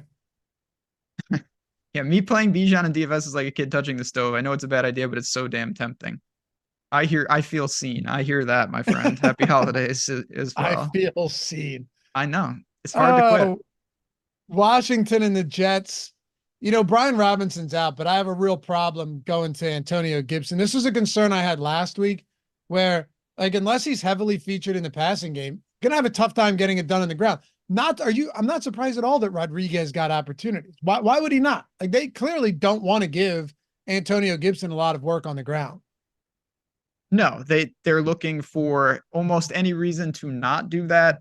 Talk about, and I'm not saying, believe me, I'm no fan of Arthur Smith and whatever the Falcons are doing, but whatever they're doing, you've got Washington in the same boat because they don't know what they're doing. What a disaster this team is. Somehow you mentioned how they unlocked Njoku in Cleveland. Brissett comes in for 5 minutes and McLaurin gains 150 yards in the air. It seems like somehow that's the only way they can get him going. And it's quite frustrating because they have weapons on Washington. They do not know how to utilize them. Yeah, unless it's Jacoby Brissett. That's what I mean. It was 2 throws with him. I know, dude. I know. Yeah, he unlocked Terry. It makes no sense. Look, I'm not trying to just brush this off, but I have respect at home for the Jets defense and that secondary. Lowest total on the main slate is the Washington Commanders at 17 points. I'm not really trying. Another issue I have is that even if I did say, well, let me get a little different here and try and force in some Commanders, what am I doing? Am I going Curtis Samuel because he seems to be preferred some games? Am I going Terry McLaurin because Jacoby Brissett handed him a big game late last week? Am I going, Jahan? Where am I even going? The target share is not even condensed enough for me to take a shot. So not only do I have to get it right that they perform somewhat respectably against the Jets defense, now I have to figure out who the hell it's going to be. Feel the same way. The Jets defense is probably my favorite defense on the entire slate, just to give you an indication of what I'm thinking. I'm not looking to play that game. It doesn't mean Washington can't coexist, but that's on a 9-game slate a little thin for me. Look, the Jets being favorites with Trevor Siemian tells you all you need to know, right? Correct. Jordan got himself 24 high noons for Christmas. Dude, high noons are delicious. I bought three of the 4-packs yesterday, Jordan, and I had to search for the mangoes. The mangoes are the only ones I like. Have you tried the mango? I know. Well, here's the thing. They had pineapple, they had lemon, they had the grapefruit, all those. Tough to find mangoes. They were tucked in the back of the store, so I just bought the rest remaining that they had. Those mango high noons are very good. Very good. So good call. Ben, you try a high noon yet? I don't think so. It's a vodka. So it's like I'm not a big the seltzer. I'm not, me. I don't really like seltzer, but it's not. Clear. It doesn't taste like the Trulies or what's the other one? The Claws. Yeah, I'm not a big White Claw guy. Me neither. But the high noons are legit. Try some mango high noons. Trust me, they're very good. And huge beats. Gifting 10 stochastic YouTube memberships. Hey, Merry Christmas, brother. Merry Christmas. That's very generous. Thank you. And he's saying Merry Christmas to the chat. Make sure in your settings, by the way, that make sure that you have gifting permission set up. Some people I never get a free membership. You have to turn that on. So, mine was auto on, but I guess some people's are off. So yeah. Anyway, Mark said it's a chick drink. I drink Coors Light too, bro. That's a low ABV beverage. Not many ladies are running around crushing Coors Light. So it's just one of those things. Plus, I don't need to get tuned up every Tuesday night. Anyway, yeah, yes. Pete said drop a shot of tequila and a high noon, game changer. Oof. If you take that is a play, or vodka because it's a vodka drink. But yes, you want to spice it up a bit. Phenomenal suggestion, Mark. All right, let's go. What else do we got? Sorry, that was Jets. Pete. What? We got to talk about the Jets. I don't mind Breece Hall. I don't mind Garrett Wilson. Zach Wilson's out with the concussion. I do prefer him if it's going to be Garrett Wilson because he just locks on. But you know what? What's the opposite of, the whole immovable, unstoppable force against an immovable object? Yeah. What's the opposite of that? What do you mean? I mean, it's not going to a stoppable force against a moving object. Hold on. Do you understand what I'm getting at here? No. How? I can't say I do. Okay. All right. Amazing offense going up against an amazing defense. Yeah, I get that one. It's an unstoppable force. It's unstoppable force against an immovable. This is a terrible offense going up against potentially even a worse defense. So, well, like we need to tag that. We need to tag something Yeah, I as know what we've you're done with saying. decimal backs and so many other things along the way. There has to be something for a game like this. Okay, I'll think on it. I don't have it. I don't know. Well, chat is the one that gave us decimal Yeah, backs, so Chad knows. maybe We we got lean into them here. we got thousands of people watching. Someone will get it. All right, so here's what I'm saying, man. You understand the concept that I'm trying to talk about here. If that's the case, I mean, we're not playing Commanders defense, right? No. So is this game just terrible all around, or should we be looking at the Jets offense? So I think we're going to split the difference. It's not a good game. I think you're drawing to two. I like the Jets defense, and then you have two weapons. Maybe Conklin is a pay down tight end, but it's very deep. Breece Hall, you mentioned him. I'm not a huge fan, but I think he's in play. I wouldn't mind getting some exposure to them. And then Garrett Wilson, who, yes, I would prefer Zach Wilson throwing him the ball, but as long as he's going against Washington, and I have it on pretty good authority, that's who they're facing today, he should have ample opportunities to be just fine. I'm going to do a quick pivot if I can, because this one was on my list.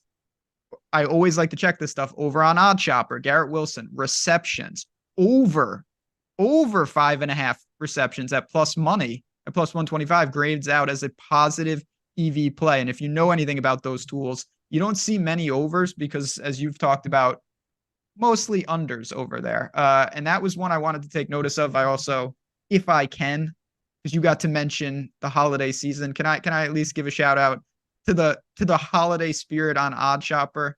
We're running a little promo of our own. Boys have been crushing on Odd Shopper. Why would I Yeah, we not have. It's been awesome. We combined, for people that don't know, we used to have a couple separate products, and we decided to make it all under one package. Odd Shopper Premium. You can get on in. The link is below. 33% off. Just apply the code GIFT at checkout. You're getting all the tools. You're getting the Discord community. You're getting all those picks that so many people have been asking for, all under one roof. We've been seeing people have so much success. I want to shout out. I had a guy tweet me, the Colossus of Clout, said day one of. Wait, you know what that's from, right? Well, I mean, no, I don't. What is that from? Anyway, go ahead. I'll let chat. Sandlot? Babe Ruth, baby. Yeah. Sandlot.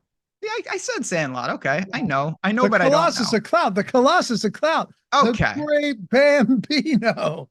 I haven't seen the Sandlot in quite a while, but look at that. Day one turned his entire month around. I love to see that. Of course, we say it every time. Is this the lock of the century? No, that's not how it works. But if you want to be a better sports bettor, you want to try to build the bankroll, if you want to be in a community with people who really, really can help, it's the week to do it. Come in for the week, use the promo, save some money, and really up the ante for Christmas. It's a great time to do it. We'll see you in there. When you get in Discord, say what's up to me and Loughy and the whole team, because we're all in there. So I just wanted to give that a shout out. And over 5.5 receptions for Garrett Wilson does give me some confidence that he could be busy today.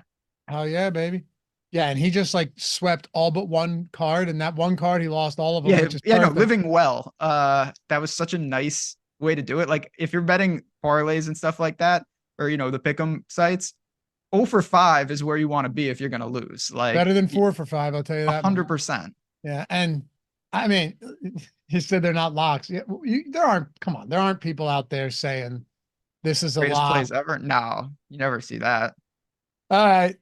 I'll close this game with this though, man. And by the way, like Ben said, link in the description, 33% off everything. It's super cheap, dude. It's like $1 a day. If you go for the month, the whole week is $10. If you do that, just you apply that promo gift at checkout. I really like Garrett Wilson because I still, again, he could just be terrible and the offense is terrible. Or the offense could wake up against this Washington defense. It's just the way it is. Or Washington defense could look better than they are because they're facing the Jets. But I'm not playing Washington defense. I like Breece Hall. I like Garrett Wilson. Is Garrett Wilson going to be my highest exposed wide receiver? Obviously not. There's so many good ones on this slate. But a 10-target game could materialize into something big. And he's a legitimately elite receiver who's had terrible quarterbacks throwing to him.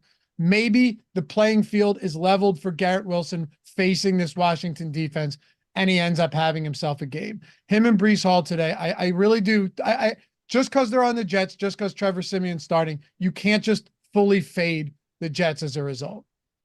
Yeah, I agree. And I think it would be crazy to jam them. It's just one of those teams that if you get a little exposure to a Breece Hall or a Garrett Wilson, I think you're going to be just fine.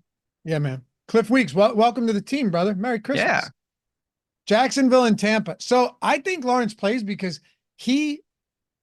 so what happened was Doug said he wouldn't be able to get on the flight to Tampa if he didn't clear protocol, and he flew there. Flew the plane. He piloted the plane. Yeah, exactly. Yeah, he was he was the one piloting that helicopter too, in New Jersey the other day. You're just full of stories that I don't know what you're talking about. Amazingly, it crashed. Oh. But he's still playing, apparently. He's playing. Yeah. Okay, there you go. All right. God, there's a negative remarks after this show. Yeah, no, it's not good. It's not going in the Hall of Fame of shows, but that's all right. But I think it is going in the Hall of Fame of shows. No, for real though, I think if Lawrence is out there and he's good to go, we're gonna get the inactives very soon, right? So that's significant.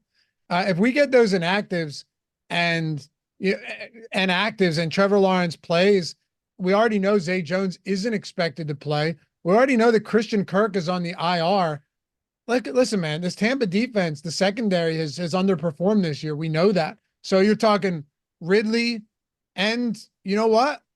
Obviously Ingram. He's one of the guys you and I had alluded to earlier, north of 5K. Parker Washington at 3,800. I said it on Tuesday. You're going to have a lot of value.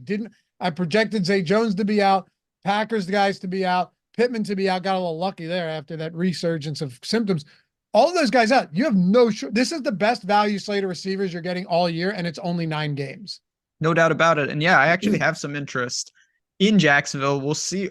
Because it's weird with Lawrence. Okay, the concussion stuff, but that doesn't affect anything if he's good to go. It's just the ankle, but he somehow miraculously came back from that already. He still has plenty of weapons. You've got Ridley, you've got Ingram. It should be consolidated. I actually have right now, and I may have to rebuild, but I have some Lawrence +2 out there. I like this. I don't fear Tampa's secondary. I think the Jags are firmly in play with their main weapons. And then you have a guy like Parker Washington or even Agnew as like a YOLO Zay Jones absent only type play.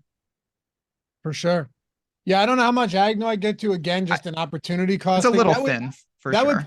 I think that for me, it would probably have to be in Lawrence stacks.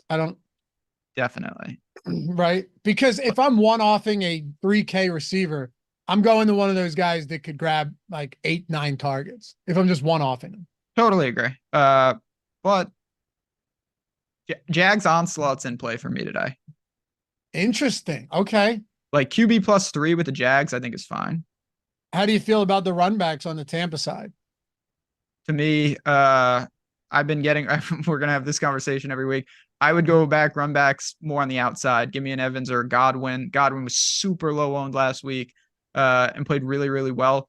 Rachaad White, once again, played very solid and once again was not needed. He didn't kill you if you played him. He's up to 7,400 now. It gets tougher every week with him. Not going to get to him once again. Do I mind the play? Absolutely not. He's a really good player. All in all, I think the ceiling continues to be a tough spot for him to hit. It does. But you're getting positive leverage. So I want to say that he grades out better than I thought and maybe in the Jag stacks, but I'm still not looking to him ahead of Taylor and ahead of even Mostert. I think it's easier to get to him this week just because of some of the value that's popping up.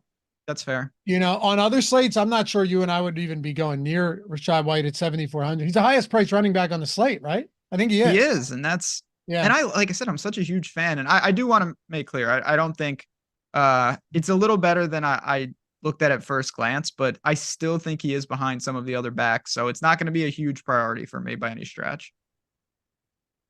All right. This game, the more I look at it, the more intrigued and fascinated I am by both sides. A good game. Yeah. Yeah. Jordan, can you just do me a favor real quick? Go back to Jacksonville. I didn't see our Sims exposure on Jacksonville. Shout out, friend of the show, all around good guy, Nicholas Lynn, gifting those in chat. Merry Christmas from St. Nick. Merry Christmas to you, my friend. Yeah, man. Thank you. Merry Christmas. We got we got the best community out there, hands down. It's JAX, by the way, Jordan, if you're wondering why you can't find these guys. Appreciate all you guys for hanging out and supporting us on a Christmas Eve. Okay, so Ridley, Lawrence, Ingram, Parker, Washington. Yeah, I'm okay with that type of exposure. Are you okay with that much Ridley? Yes. Me too. I mean, look, you're thinning this team out far enough. I mean, what's it going to take for Ridley to fucking get there? I don't know. I hear you too, because it's just like Kirk is gone and Zay Jones might, but next man up. I still think the Jaguars are a very good team to integrate into most of your lineups. All right. Where are we at? Yeah, that's a fun game because Godwin and I like Evans too this week though. Evans has been quiet lately. Whenever Evans is quiet, look, just totally anecdotal here, but I'm right. Like whenever Evans is quiet for a couple weeks and everyone's kind of going, it's Mike, who knows with that guy, then it's 10, it's like 8 for 190 and 2 touchdowns. He's a game changer. He's so good. Yes. Is he the most underrated receiver in the league? Sometimes I think he is, honestly. He's on that list, but I think Pittman's the most underrated wide receiver in the league. Fair, but I think Pittman's getting a lot of hype this year, whereas like Evans is basically doing the same, and still he just kind of never gets talked about in that same tier. That's all. Fair. Amari Cooper. Yeah, I don't mean underrated, like nobody knows who he is. Obviously, we like know Rager. Yeah. I mean, underrated in the sense of nobody ever talks about him being under the radar, you mean? Yeah, kind of. Yeah. Okay. Yeah, DJ Moore, that's another good one. DJ Moore would be true stud. Yeah. Yeah. True stud. God, they made out with such a haul. Yeah. God, Dallas and Miami. Let me just throw this one to you and get your takes on both sides. If we expect Hill to play, what are we doing with Miami and what are we doing with Dallas? Because last week I had virtually no Dallas exposure, and fortunately, many weeks that would hurt you. It benefited me a lot last week against Buffalo. Yeah, that was one where it felt like a lot of people gravitated towards. I was on the Bills. A lot of people were on the Bills, and the Bills dominated them. I think it's going to be a whole lot different today. I expect Dallas to look a lot better offensively. Tony Pollard is a running back sub-7. I think we'll be busy. I like this spot. There's not much to say about Lamb and Tyreek, except that they're great players. They're just very expensive. You can do it. Don't think you're going to want them together. And I'm going to try to get CeeDee Lamb. If I could only pick one 9K receiver, it would be him. You've got Ferguson in the tight end pool. I think that's about it. Dak is in play. Not my favorite quarterback, but if I am paying up, I think Dak is totally fine. We'll get to Fields in the last game, but I like Dallas's offense like most. And on the other side, I like Mostert. I think that he's an interesting against the grain play for a pay up wide running back. He's a walking touchdown, and you're going to need a pair of them again, but they seem more than eager to just keep giving him the ball in the red zone. Dallas got whipped up front by the Bills. They were dominated, and I think that's the clear weak spot. It's a great game. I wouldn't be stunned if it underwhelms, though, honestly. I see what you're saying. I mean, look, it's again, that's a gut feel on your take, right, on your part. It's partly a gut take, and it's partly that the pieces of this game are really, really priced to the premium because they're on electric offenses. And when you combine like that, it makes stacking the game almost impossible. It's a great point. It's a great point. Like, even if this game does see some scoring, is it enough to be like, man, I needed that game and I shouldn't have played Jacksonville, Tampa, or some of those other spots? Yeah. You know what? Like, just to get the CeeDee Lamb Tyreek Hill pairing is wild. It's brutal. And they can have good games, even great games, and not factor in. What do we have Mostert's ownership projection at? I don't have it in front of me. I'd assume it's got to be pretty negligible in the sense that Taylor's taking all of it. Right? Jordan, can you just shout it out when you get there? What Mostert's ownership is? Because I'm guessing it's low. I'm operating under that assumption for the record.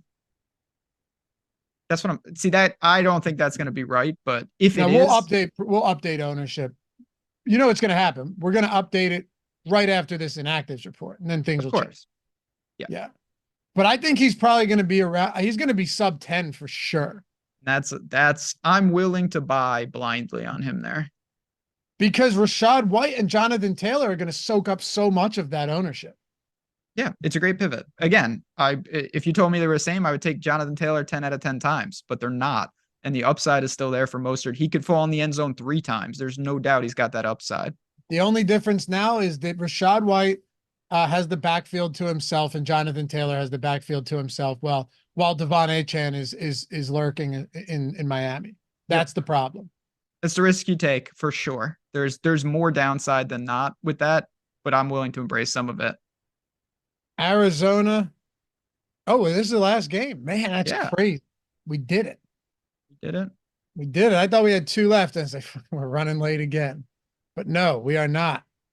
All right. Arizona, Chicago. By the way, we have 666 likes on Christmas Eve. That seems not good. That does not seem good at all. All right, I'll make one more push. We got 3,300 people with us. What's realistic Christmas Eve? Give me a realistic number here. Last game of the show. 9-13. Yeah. That was a real prediction. A real prediction. 9-13. 3,300 people. There's some working fingers out there for sure. Unless you were off the coast of Egypt lately. All right. We love you guys. We love you guys. Show us some love. Let's see what we can do here. I think, okay, 9-13, we're at 765. All right. Let's do it. Let's do it. Arizona, Marquise Brown's out. We knew that was going to happen. Greg Dortch, questionable. Cole Kmet's questionable, too. And then Donta Foreman's not expected to play. Might have even been ruled out. I'm not sure, but I know he's not. He's not playing. He's not. Is he officially out? Yeah, he was. I believe I saw a report on Twitter. I didn't verify it that he's not playing with personal reasons. Oh yeah, right. Okay, I saw the personal stuff. I thought he'd be back for it, but apparently not. I mentioned Roschon Johnson to you the other day, right? Because Foreman was questionable. I was like, what if he's out? We saw, this is a team that doesn't have playoff aspirations this year. This is a rookie running back. Do they take the training wheels off today and see what they can do?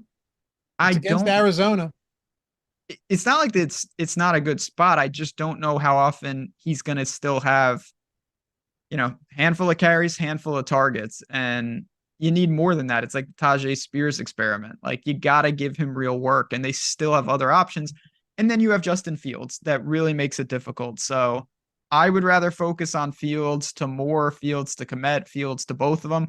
I think if you're going to be sneaky, I would attach him to Fields rather than running him just as a running back on his own. So it's not something that I'm super enamored with, but you know what? If the backfield is cleared out a little bit, he does factor in as a pay down option if you want to build differently. I like him this week at that price. We're getting a ton. We're getting way more than I thought. So again, next words out of my mouth, we're getting way more than I ever anticipated, and that factors in. So if he makes his way into the lineups, we'll take a look. That's interesting. When you and I talked about this earlier in the week, I really thought I'd be sneaky even talking about him. That's how it changes. It evolves. So many of the things we do in the first look show, and that's why I love doing it. You set the stage. Have you had Christmas lights behind you the whole time with green and red? Yeah, I even mentioned it at the beginning of the show. Yeah, I heard you mention that. I didn't know what you were talking about. That looks cool. Thanks, man. Yeah. The red could be a little redder, but it works. It's pretty red. I feel like I wanted the deep red though, Oh. Okay. I don't know. It looks red to me. Do you do Christmas lights at your place? Yeah. Outside? We have a light up penguin outside. I don't think we have lights on like the balcony. I got a nice little setup this year, but the wife likes just the standard white lights, the classier type white lights. Yeah. So I did all that, but next year I already told her, I was like, I'm getting some colored lights in there as well. I'm going to really mix it in. Sometimes you got to change it up. Yeah. Mix it in. But anyway, more Johnson. I like Roschon Johnson. I like DJ Moore, Justin Fields in a game like this. Why not? 43.5 point total for Soldier Field in late December. That's fine, right? Like that's as good as you're going to get. It's as good as you're going to get. Yep. We're getting some double stacks with Fields. Cole Kmet looks fine to me. Yeah, I like Chicago quite a bit today. And really this offense hasn't looked all that bad. They faced Cleveland in Cleveland last week. So take that for what it's worth. On the other side, anytime you want to go back to Trey McBride and Marquise Brown is out, I think that's viable. If Greg Dortch ends up not playing though, here's what I want to know from you. Does Michael Wilson become viable? Does Rondale Moore? This could, again, earlier in the week, we talked about all of these scenarios, how they play out. You know, we're not going to have Reed and Watson today. You don't have Pittman. You don't have Zay Jones expected to be out. Then you have Marquise Brown out. It's possible that here's another scenario where, like, outside of Trey McBride, you don't really have any receivers. Yeah, again, I think that it is limited. I'm not really looking to play hero ball with it. You mentioned Wilson, but he's in that bucket of all these pay down options. There's so many cheap wide receivers across this slate, and I think he's one of them. But honestly, I think he's towards the bottom. So you've got McBride, and he's competing with Ingram, Hawkinson, and those types. I'm not getting to Kyler, and by a product of that, I'm not getting to much of Arizona. What about McBride?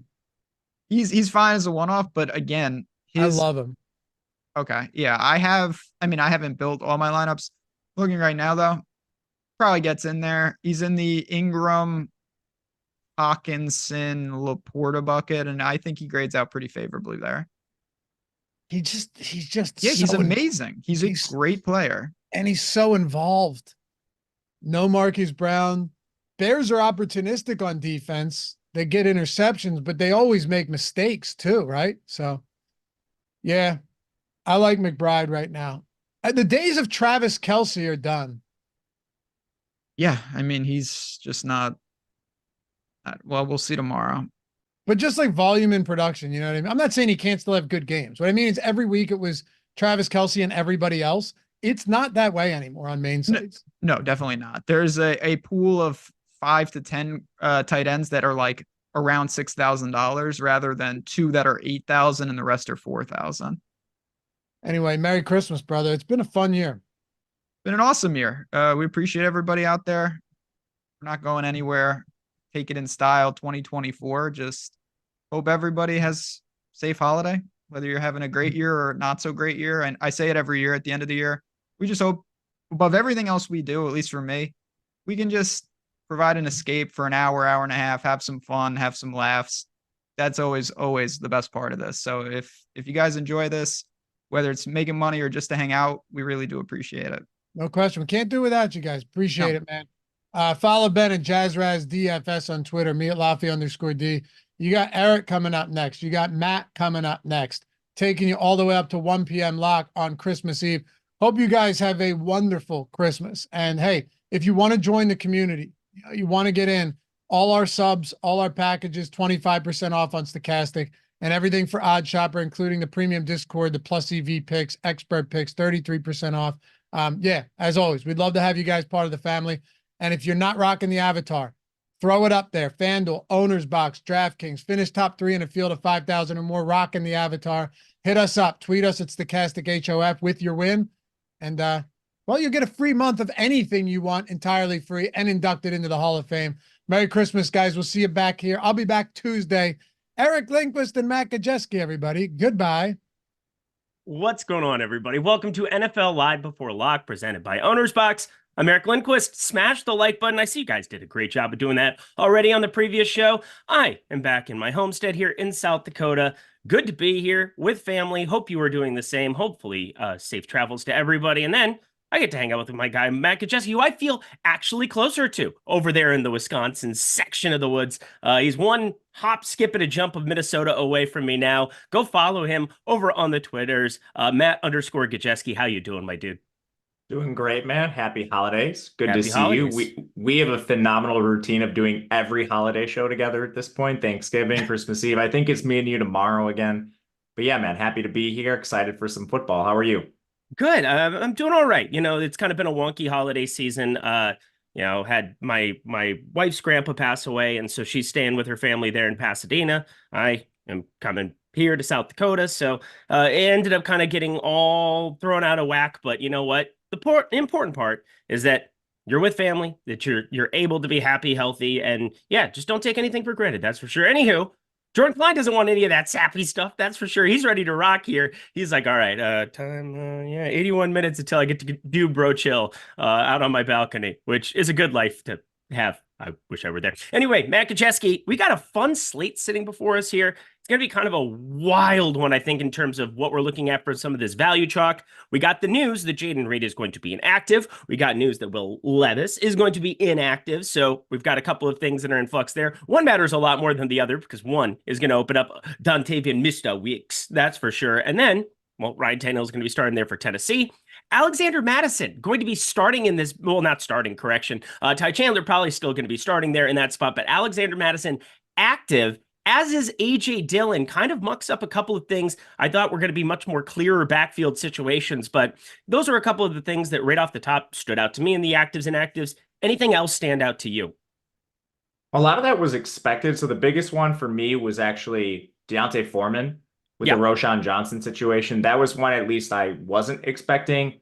Like, I didn't think Jayden Reed was playing. I thought Madison was playing. I thought Dillon was playing. So I kind of went into the slate with all of those assumptions. So just the biggest change that I'm now having to make is the Deontay Foreman stuff. And we'll see how much that affects lineups. It's not like the Bears running backs project particularly well.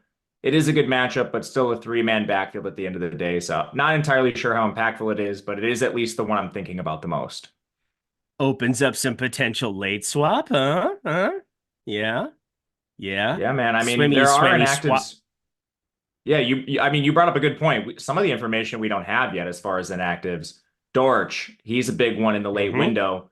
And if you play Michael Wilson or whomstever of the cheap Arizona receivers and Dortch plays, maybe you're swapping to some Jacksonville or something like that. So there are late news stuff that we're still waiting on.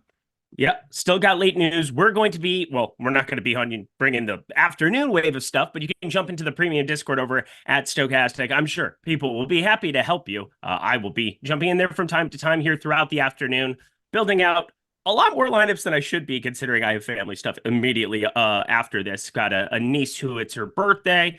Got Christmas stuff to do. I'm going to go watch singing and dancing and all this other stuff. What a time to be alive, everybody. I want to watch football, but you know what? No bah humbug from me anymore, that's for sure. Feeling more in the Christmas spirit now that I'm home. Hopefully we can keep this thing rocking. But we got NFL to talk. Let's smash it. And hey, if you're going to finish in the top 5,000 of a tournament, you might as well get something for free today. Get that avatar. Stochastic.com/avatar. Sign up. Get yourself exposure to that. I know we have Loughy talking the Hall of Fame nonstop over there in the streets. We got my guy, Mr. Jordan Klein over here. Takes care of everything here in these streets. But stochastic.com/avatar. Get that avatar. Tweet your win if you finish in the top 3 of a tournament of 5,000 or more players, or 5,000 or more entries, get yourself a free month of the Sims tool. That is an amazing package. Any of those packages, $200 value just by being awesome. So let's be awesome. I think that's a good way to start it. Let's be awesome. As we jump to the quarterback position, my friends, on a 9-game slate, you kind of got more diluted options, but I guess I would just want to start with the chalk here because I think Justin Fields is legitimately very, very good chalk going up against Arizona. I want to get your impressions of him because 1, I think he's everybody's cash game quarterback as he should be. And 2, how much of him do you want to get to in tournaments? Because I am currently way overweight to the field on him. I'm still working through some things, but right now I'm pretty close to where the field is going to be at, slightly below. But as I was building lineups, I'm working through the Sims. I was just kind of trying to parse them and look at Fields lineups specifically, how they're constructed, if I feel that there's enough leverage in other parts. And I kind of do, whether it's within the Bears stacks themselves, playing Darnell Mooney, Cole Kmet, or just the stack isn't quite as expensive as some of the other elite stacks, like Tua to Tyreek or Dak to CD. Those are really expensive. So you're kind of walking yourself into the same build. But when I was looking at the Fields lineups, I didn't run into that as much. So I'm kind of toying around with artificially boosting him a little bit more, just because you do have a ton of different leverage points and he's so highly projected today. So I think I'm going to end up closer to where you are and end up being over the field. Just kind of my thought process right now. To me, he seems like pretty good chalk. I'm in love with your thought process. And here's the thing, the Sims tool, there are a lot of great quarterbacks. I'm going to play a 150 set. I'm also going to be building out some big lineups here in some of the higher dollar stuff for today because, well, I think tournaments, maybe other people do have Christmas stuff. And hey, at least for me, I'm sitting here at my computer for 75 minutes. I feel pretty good about what the tools can do for me with the pre-contest simulator, the Sims tool, and just being able to fire multiple lineups. And then I'll take some of my top ROI ones and put those into those high dollar ones as we figure out, because I think people might not be paying as much attention today. They might jam a lot of the chalk that may or may not be comfortable. We'll see as things update, especially that Wicks character. Oh man, that's going to be a fun discussion at wide receiver. But we continue on our merry way here because there's a lot of other quarterbacks that you can get to here at the top end. Now, Tua, Dak, they're in a great game environment. They're kind of sitting isolated up there at 78, 7,900. I think that could end up reducing their ownership quite a bit compared to most slates. And both teams have had struggles against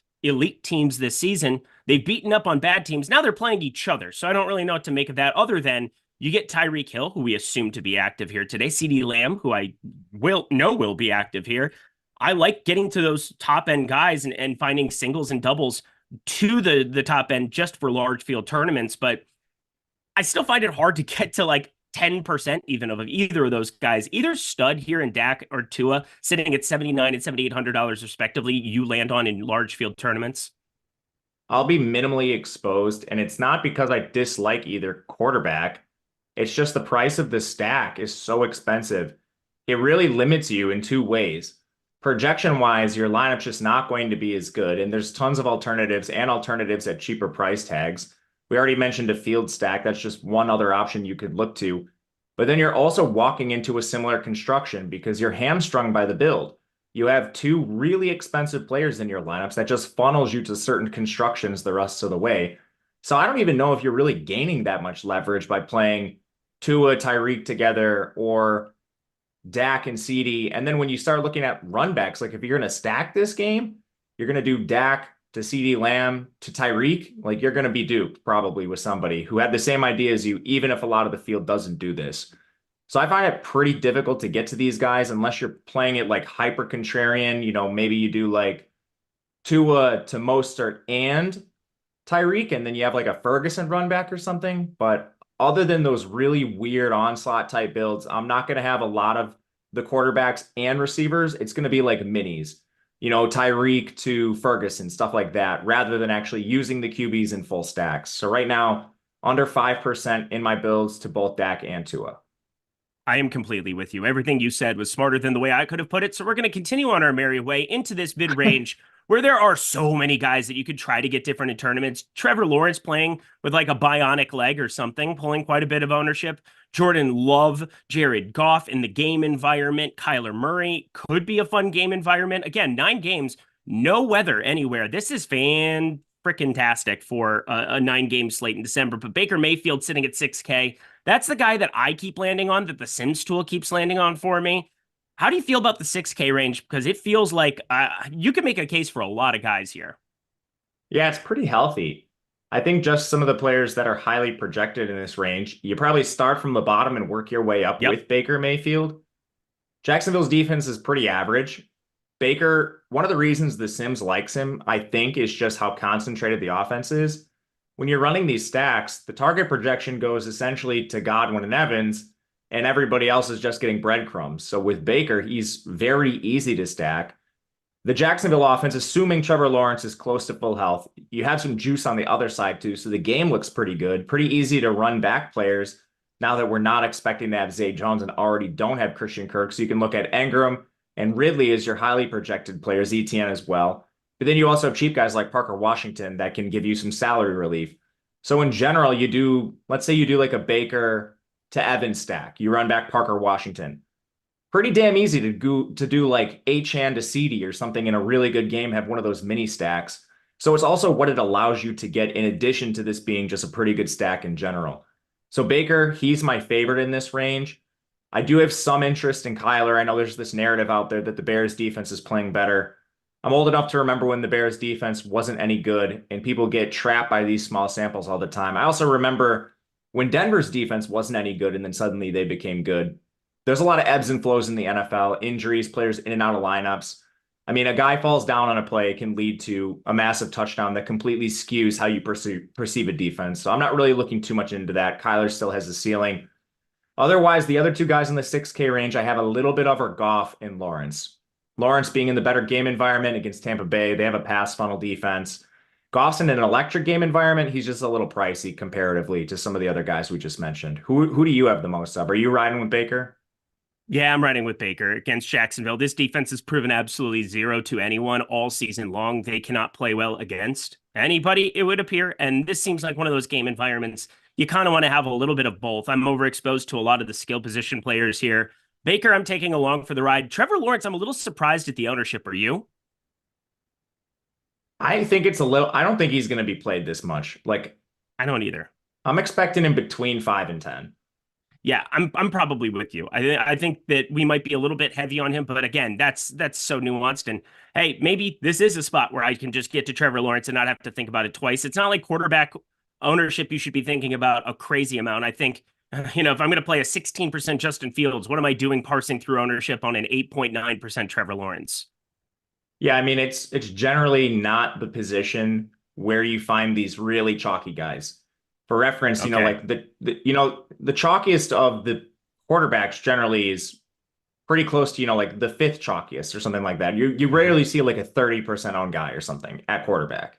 Well, let's dig through the chalk where it's probably 30% cumulative when you talk about these 3 guys sitting right underneath 6K. Yeah, Gardner Minshew, not talking about you. Geno Smith, Joe Flacco, Nick Mullins. My dear God, choose your fighter. I like Joe Flacco at 6% ownership. I have all week. This is still a Houston team that gives up the 3rd most fantasy points to the position, that being the quarterback position. And, Joe Flacco has had a propensity to chuck the ball around the lot when he's been active here. Nick Mullins, he is pulling all of the ownership and all the land. I can't tell you how uncomfortable that makes me feel. But hey, he looked like he wanted to go chuck it around the lot last week. And Geno Smith coming back, you get that Tennessee secondary. That's always fun. Num. But God, this is a lot of ownership pulling down here in this range. Nick Mullins, somebody that is sneaking in some of my top projected ROI lineups, but in my 150 set, I'm below the field quite a bit on the 13%.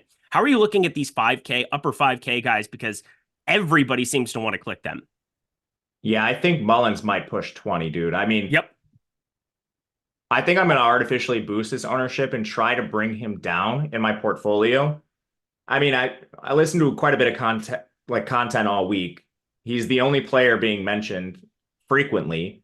He's at the top of most people's ownership projections. And while it's still pretty modest, that means he has a good overall projection for his price. So if you're running optimizers, you're getting him. Right now, if you're running sims, you're getting him. I think there's a chance he comes in pretty steamed here. And I understand why the projection's there. You mentioned he threw the ball pretty well.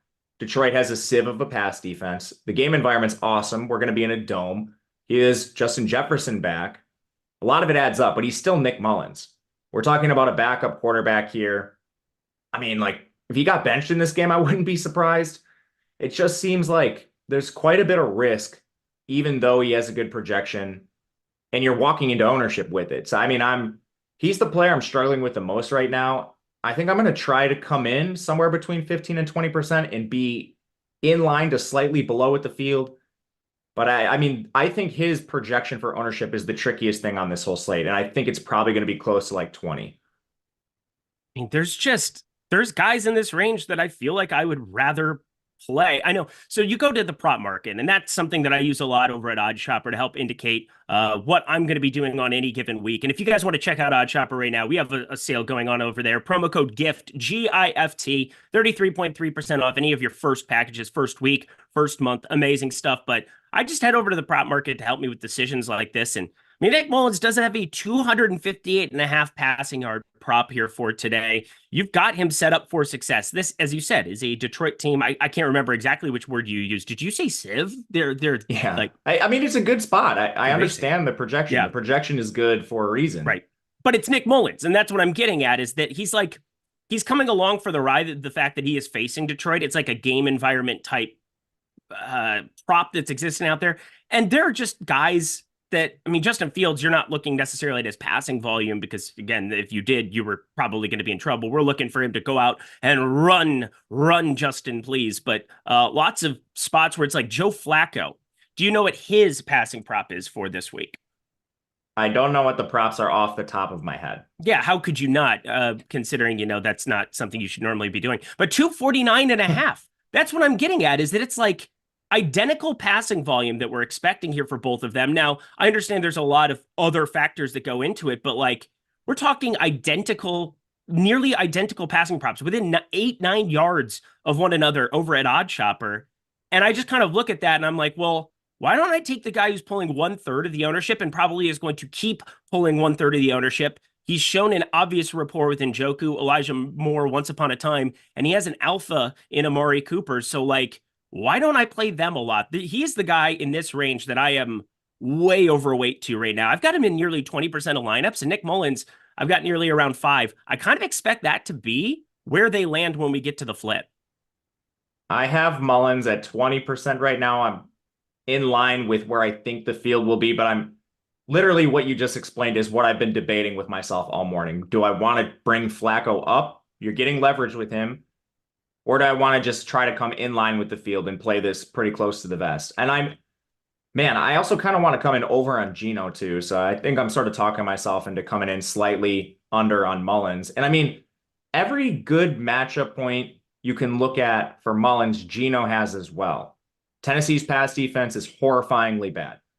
Maybe the game environment's a little slower because Tennessee wants to run, but Geno, he was a game time decision last week. I'm expecting full go Geno here. Lockett, Metcalf, Jackson Smith, and Jigba. I think he has better weapons overall than what Mullins is going to use in Minnesota. And I also think you're making assumptions here with the pass rate in Minnesota. Yeah, it's Kirk Cousins. They threw the ball a ton. Now you have Mullins. The whole week they were talking about establishing the run with Ty Chandler, who we'll get to in a second, another piece of chalk who's very tricky to evaluate. How do we know they don't decrease their pass rate over expectation? There is risk here where I don't think you have as much with Seattle or Cleveland. So I don't know. I'm probably going to come in like 15% or so on all these guys. I think it's an awesome range, but Nick Mullins pulling the ownership, and he is the one that I'm least confident. Detroit wants to establish the run too, like that's the other part of it too, is you're running into a football team that given a positive game script for them, they're just going to run it repeatedly with Montgomery and now Gibbs getting mixed in quite a bit as well.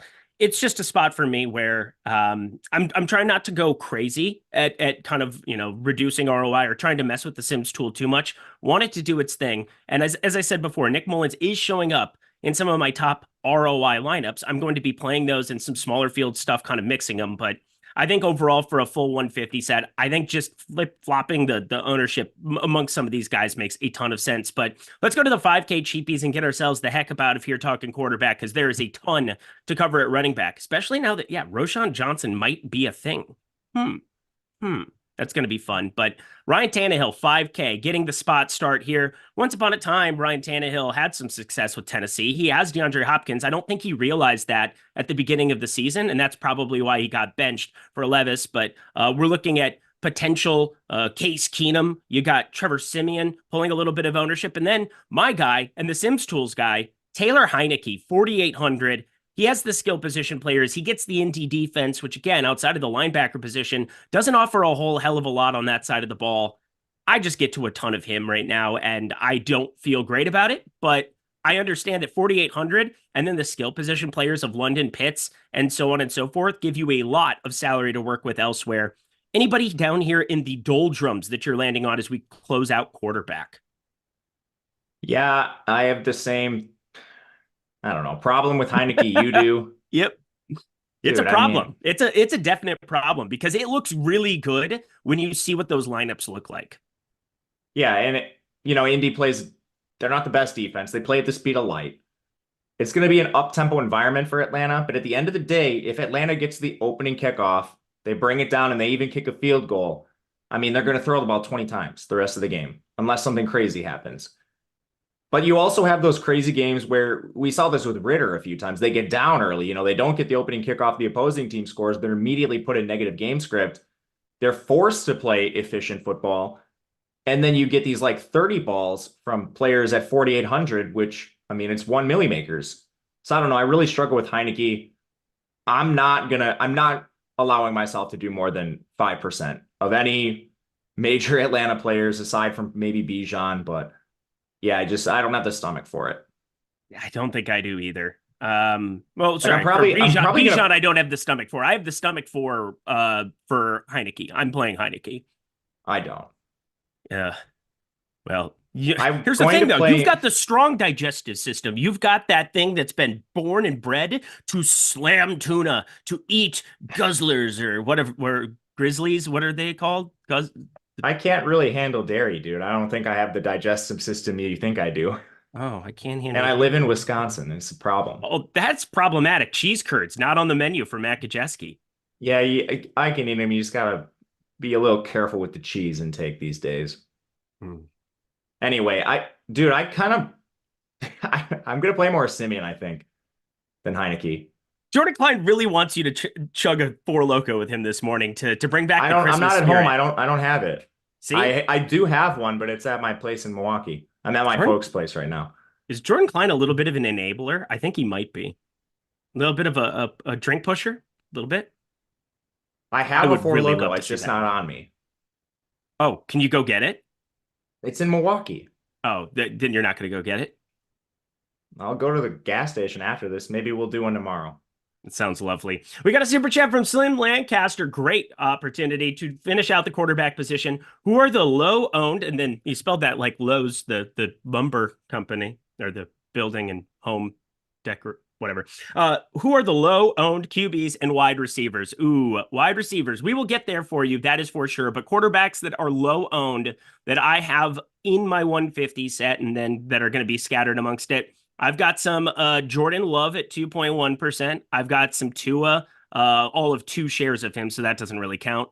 And then Dak Prescott sitting sub 5%. I've got 8% of. So those would be the low-owned guys that I'm getting to. I mean, Taylor Heineke is pulling 6.9% ownership. He's the 6th highest owned quarterback. That makes me, okay, now my digestive system is not working here, but Justin Fields, he's the best quarterback play on the slate. We kind of just glossed over him, but I don't see any way around it. You want to have exposure there. I think Nick Mullins, I'm a little bit happier to get away from to some capacity, but anything you want to bring up for low-owned quarterbacks to get ourselves the heck up out of here?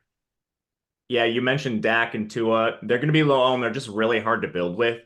So you're going to need like 40 bombs from all the good players in that game, which is possible, but then you also really have to navigate some really dusty bad plays. For low-owned dusty plays, I guess, for lack of a better word, I'm playing some Simeon today, as gross as that is. But I mean, everything we're talking about with like Heineke, what is the difference with Washington? I mean, Washington is a worse defense. Like Indy, they throw the ball all the time. Simeon can't possibly be worse than Wilson. I mean, maybe he's not better, but he can't be worse. Garrett Wilson himself is projecting well. I mean, I have some interest in this Jet stack, as greasy as this is. And then the other guy I'm wrestling with is Tannehill. Awesome game environment against Seattle, who's down a bunch of players in their secondary. They've benched Tariq Woolen. You're not going to see Witherspoon, so certainly not even close to 100% there. Tannehill's like competent. I don't know. We know what they want to do. It's kind of like, it's similar to Atlanta, honestly. If Derrick Henry and this team get a lead, they're going to ride him. But if not, you could see them throw more. So I don't know. I kind of view Tannehill the same way I view Heineke. You only have a $200 difference. Those are the leverage plays I'd look for among the dusty quarterbacks. I wouldn't be surprised if Heineke gets steamed a little bit. I wouldn't either. Hey, Matt, I know you're a rap aficionado, if you will. Collie, what is his most famous song? Say that again? Collie, or Ice Spice did a rendition of it once upon a time. Do you know what Collie's main song was? No. I got in different area codes. Well, you've got bowls in different area codes. That's what we've got. I don't know why I thought about doing it that way, but I got bowls in different area codes. I'm just catching up on chat. You guys are wild. Anywho, we've got bowls, friends. Use promo code BOWL here for my guy, Matt Gajewski. 50% off the college football DFS and college basketball DFS. When you sign up with promo code BOWL, you got to use it. Anyway, that's it. It was listed there. I just wanted to bring it up. Cool. Thanks, buddy. There we go. Oh, the promo's over now. Why is it in the NFL Live Before Lock? I was said to say it. It's there. Well, then it was a fun rendition. You guys got to hear me, being running back. Oh, and I've got a dog coming in. Cool. This is going well. Hi, Nellie. What you doing, Nellie? Come here. Come here. Say hi to Nellie, everybody. She's got her little Christmas sweater on. She's ready to rock. She's cute. Okay, you got to go. You got to go. I got to work. Ma! Meatloaf! God. To the running back position we go, everybody. Merry Christmas. Rachaad White's pulling a ton of ownership. Jonathan Taylor's pulling a ton of ownership. The 7K range. My dear God, I don't know what to tell you. Just go ahead. I gotta close the door. Tell me who you like more. I'll talk. You take care of that. I mean, they're a good place for a reason. Especially Rachaad White. You have no workload problems going up against Jacksonville. Matchup's not difficult for him. Sort of like a Christian McCaffrey light workload. The only problem is pricing, and it's tough to play two of these guys. So when you start putting like him and Taylor in the lineup at the same time, you run into some tricky salary restrictions. So if you only force me to play one, which in a lot of lineups is going to be the case, I prefer Rachaad White. But there's nothing against Taylor. Atlanta's defense certainly doesn't scare you. They've honestly been better against the pass recently compared to the run. Without Zach Moss, there should be no workload restrictions. I like getting to one of these players in lineups, but not both. So right now I'm kind of splitting this down the middle with a little more Rachaad White just for the safety he provides. But they're two awesome plays for a reason. All right, we're back, everybody. Yeah, two awesome plays for a reason. I have so much Jonathan Taylor. It is uncomfortable. That is not going to be the point. Yeah, I'm overweight to both these guys. The Sims tool has me overweight to both of them. I'm pretty excited to roster both of them ad nauseum. I've heard some chatter other places in the industry where they're not excited about Jonathan Taylor. How could you not be with no Zach Moss, the entire backfield, a 70.5 rushing prop, and so many other spots that, I mean, he's just going to have all of the touchdown opportunity here with no Michael Pittman out there as well. I know that, you and I went back and forth last week where, yeah, it doesn't necessarily affect him from the passing game role or anything there. It's going to kind of maintain the same, but his touchdown expectation when you don't have a Michael Pittman out there, I'd be more inclined to just hand it to the Jonathan Taylor fellow and let him do the rest of the work here. That has come down from -145, -125, and then now it's kind of buoying back up the other direction for his anytime touchdown prop. Again, use the prop market to help you inform decisions there as you are working through things. How do you think projections work, friends? That's going to be something that helps. But anyway, we are going to run into other running backs, and my God, there are a lot of them that I want to get to, but I want to start with Ty Chandler, 5,600. His ownership started to come down, and I'm not sure if that's a result of Alexander Mattison being in, but like, it's wild to me to see him under 20% because all I've heard about is Ty Chandler chatter all week, and I don't think this changes a whole hell of a lot. Because Chandler with Madison there, I think they're still going to give him all of the opportunity to be that lead back, to play 70+% of snaps. I don't quite understand the ownership coming down to sub 15%. And it kind of makes me want to jam him, but I'm curious what you're doing with him today. I don't think he's going to be sub 15%. I think I think he's going to be like 25. But he's tricky, man. Like off the one game sample, I'm not ready to say he's any good at football yet. He was terrible in college. He's not very big. He's like between 205 and 210 pounds. Madison certainly, I think, handles like goal line stuff. So I think there's a lot of fragility in his projection. I don't think Madison's any good either, but I mean, like, Ty Chandler took him till his 5th year in college to even reach 1,000 yards. Never caught more than 16 passes. Like, I don't know. I think this guy kind of stinks.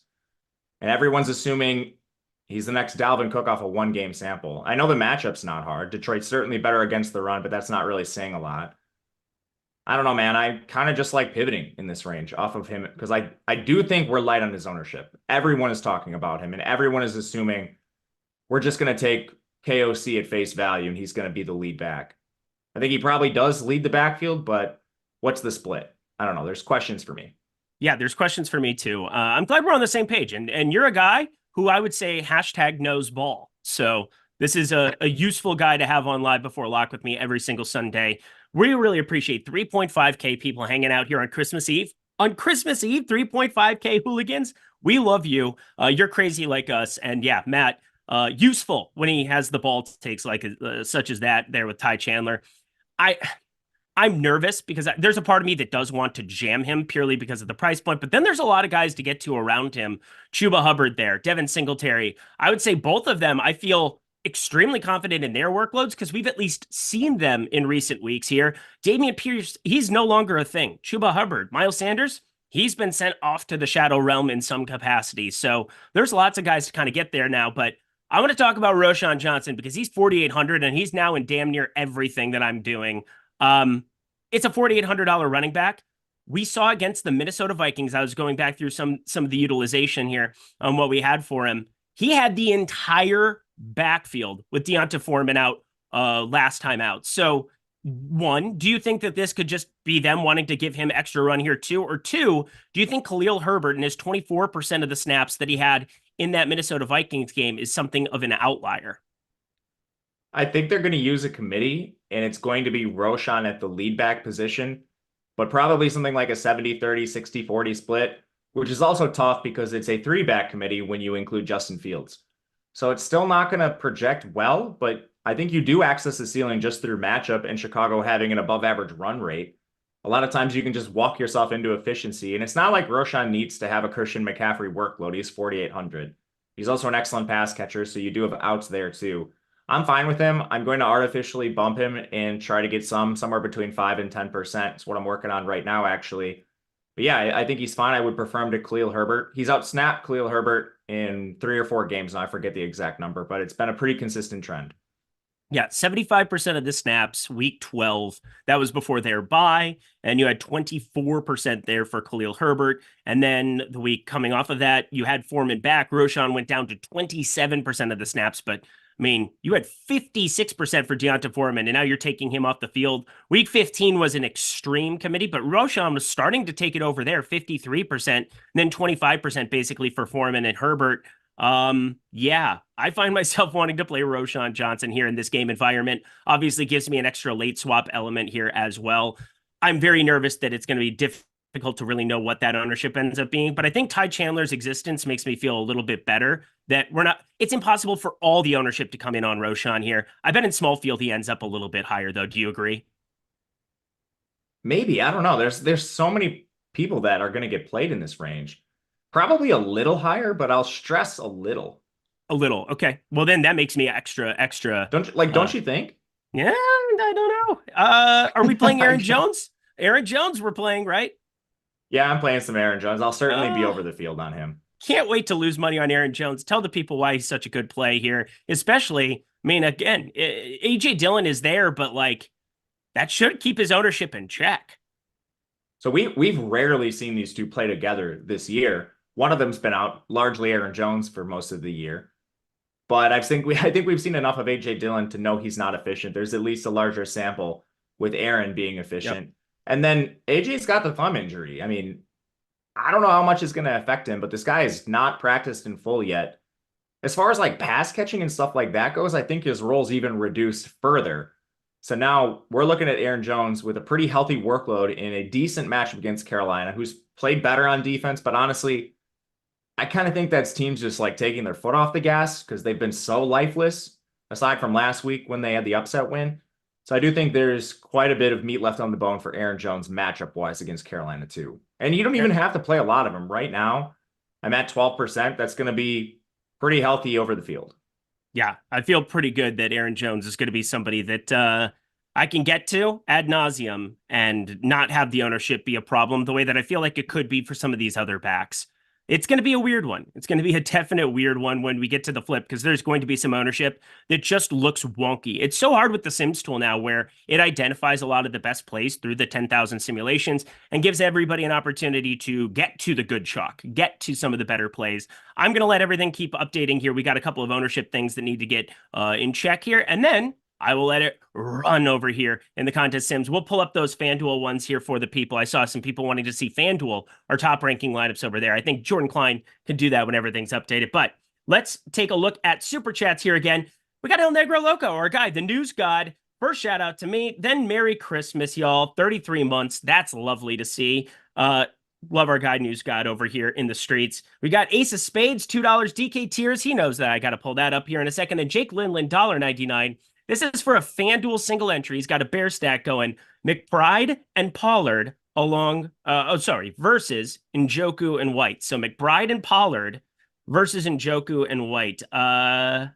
I will go Njoku White because I have way more Cleveland than I should. But what do you think about that 2v2 over there? I'm looking for touchdowns too on FanDuel.com. Yeah, I think if it's anything, not the biggest of fields, I agree with you. If you're playing like Millie Maker style stuff, I would prefer the former just for your leverage point. But if you're looking for raw projection, it's the White side.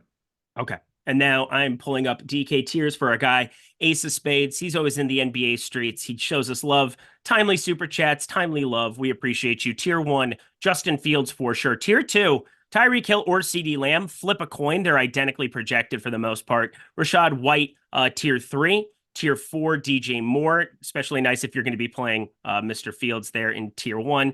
Tier 5, we're looking at Trevor Lawrence. Tier 6, Bijan Robinson. That is an uncomfortable feeling. I would be going more towards Aaron Jones side of things. Tier 7, Breece Hall. And Tier 8, Trey McBride. Thank you so much, my guy, Ace of Spades. But let's round out the running back position this way because there are a lot of plays, lots of targets, and I do want to get timely over to a wide receiver because we are running into another one of those Demario Douglas type situations here with Mr. Weeks. But running backs that you're finding yourself underweight to on today's slate.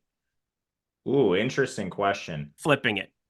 Yeah, slightly Ty Chandler, not by much. Slightly Rashad White, a little more actually. A little bit Jonathan Taylor. We'll see on that. I'm trying to bring him up actively in the background right now. Breece Hall, and that's about it for the chalky guys. Okay. I have one guy. I have 0% Bijan Robinson. I don't know. He's like, I don't get this one. I mean, it's the same thing as Heineke. I don't know how you could be like really aggressive on Heineke and then be like, I hate Bijan. He plays in the same offense. Bijan. I have Drake London and Kyle Pitts over and over and over and over and over and over like I'm Marshawn Lynch. I mean, everyone in Atlanta is risky. Yep, that's probably a good way of putting it. Arthur Smith sucks at his job. Can we get him out of there? I think he's probably a favorite to get fired at this point. That makes my heart happy. I'm feeling extra Grinch-like again. Yeah, I don't know. I'm trying to, like, right now, I'm coming in a little over to Bijan, a little under to Jonathan Taylor, and I'm trying to finesse things so this kind of evens out a little bit right now. But that's where I'm at now. I'm actively trying to fix that. Gonna feel bad when Smith out catches Pitts in that offense. So true. That's why I have some Jono Smith in my life too. Because why wouldn't I on December 24th? Merry Christmas Eve to you and yours from Arthur Smith. It's just a dump in a trash can given to you for Christmas. All right. Now we'll round it out. Favorite low-owned running back plays. I've got my eye on one guy, and I'm curious what you think about him because it doesn't make me feel good. But Jahmyr Gibbs is going to have like no ownership whatsoever in this spot. They have a 25 implied team total here with Vegas at the moment. And Jahmyr Gibbs has started to take on more of a workload. You're still getting David Montgomery out there. You still look in some of these, neutral game scripts that maybe it kind of tilting his way in terms of opportunities. But Jahmyr Gibbs is so electric and he is 7K. You have extremely popular Rashad White, extremely popular Jonathan Taylor.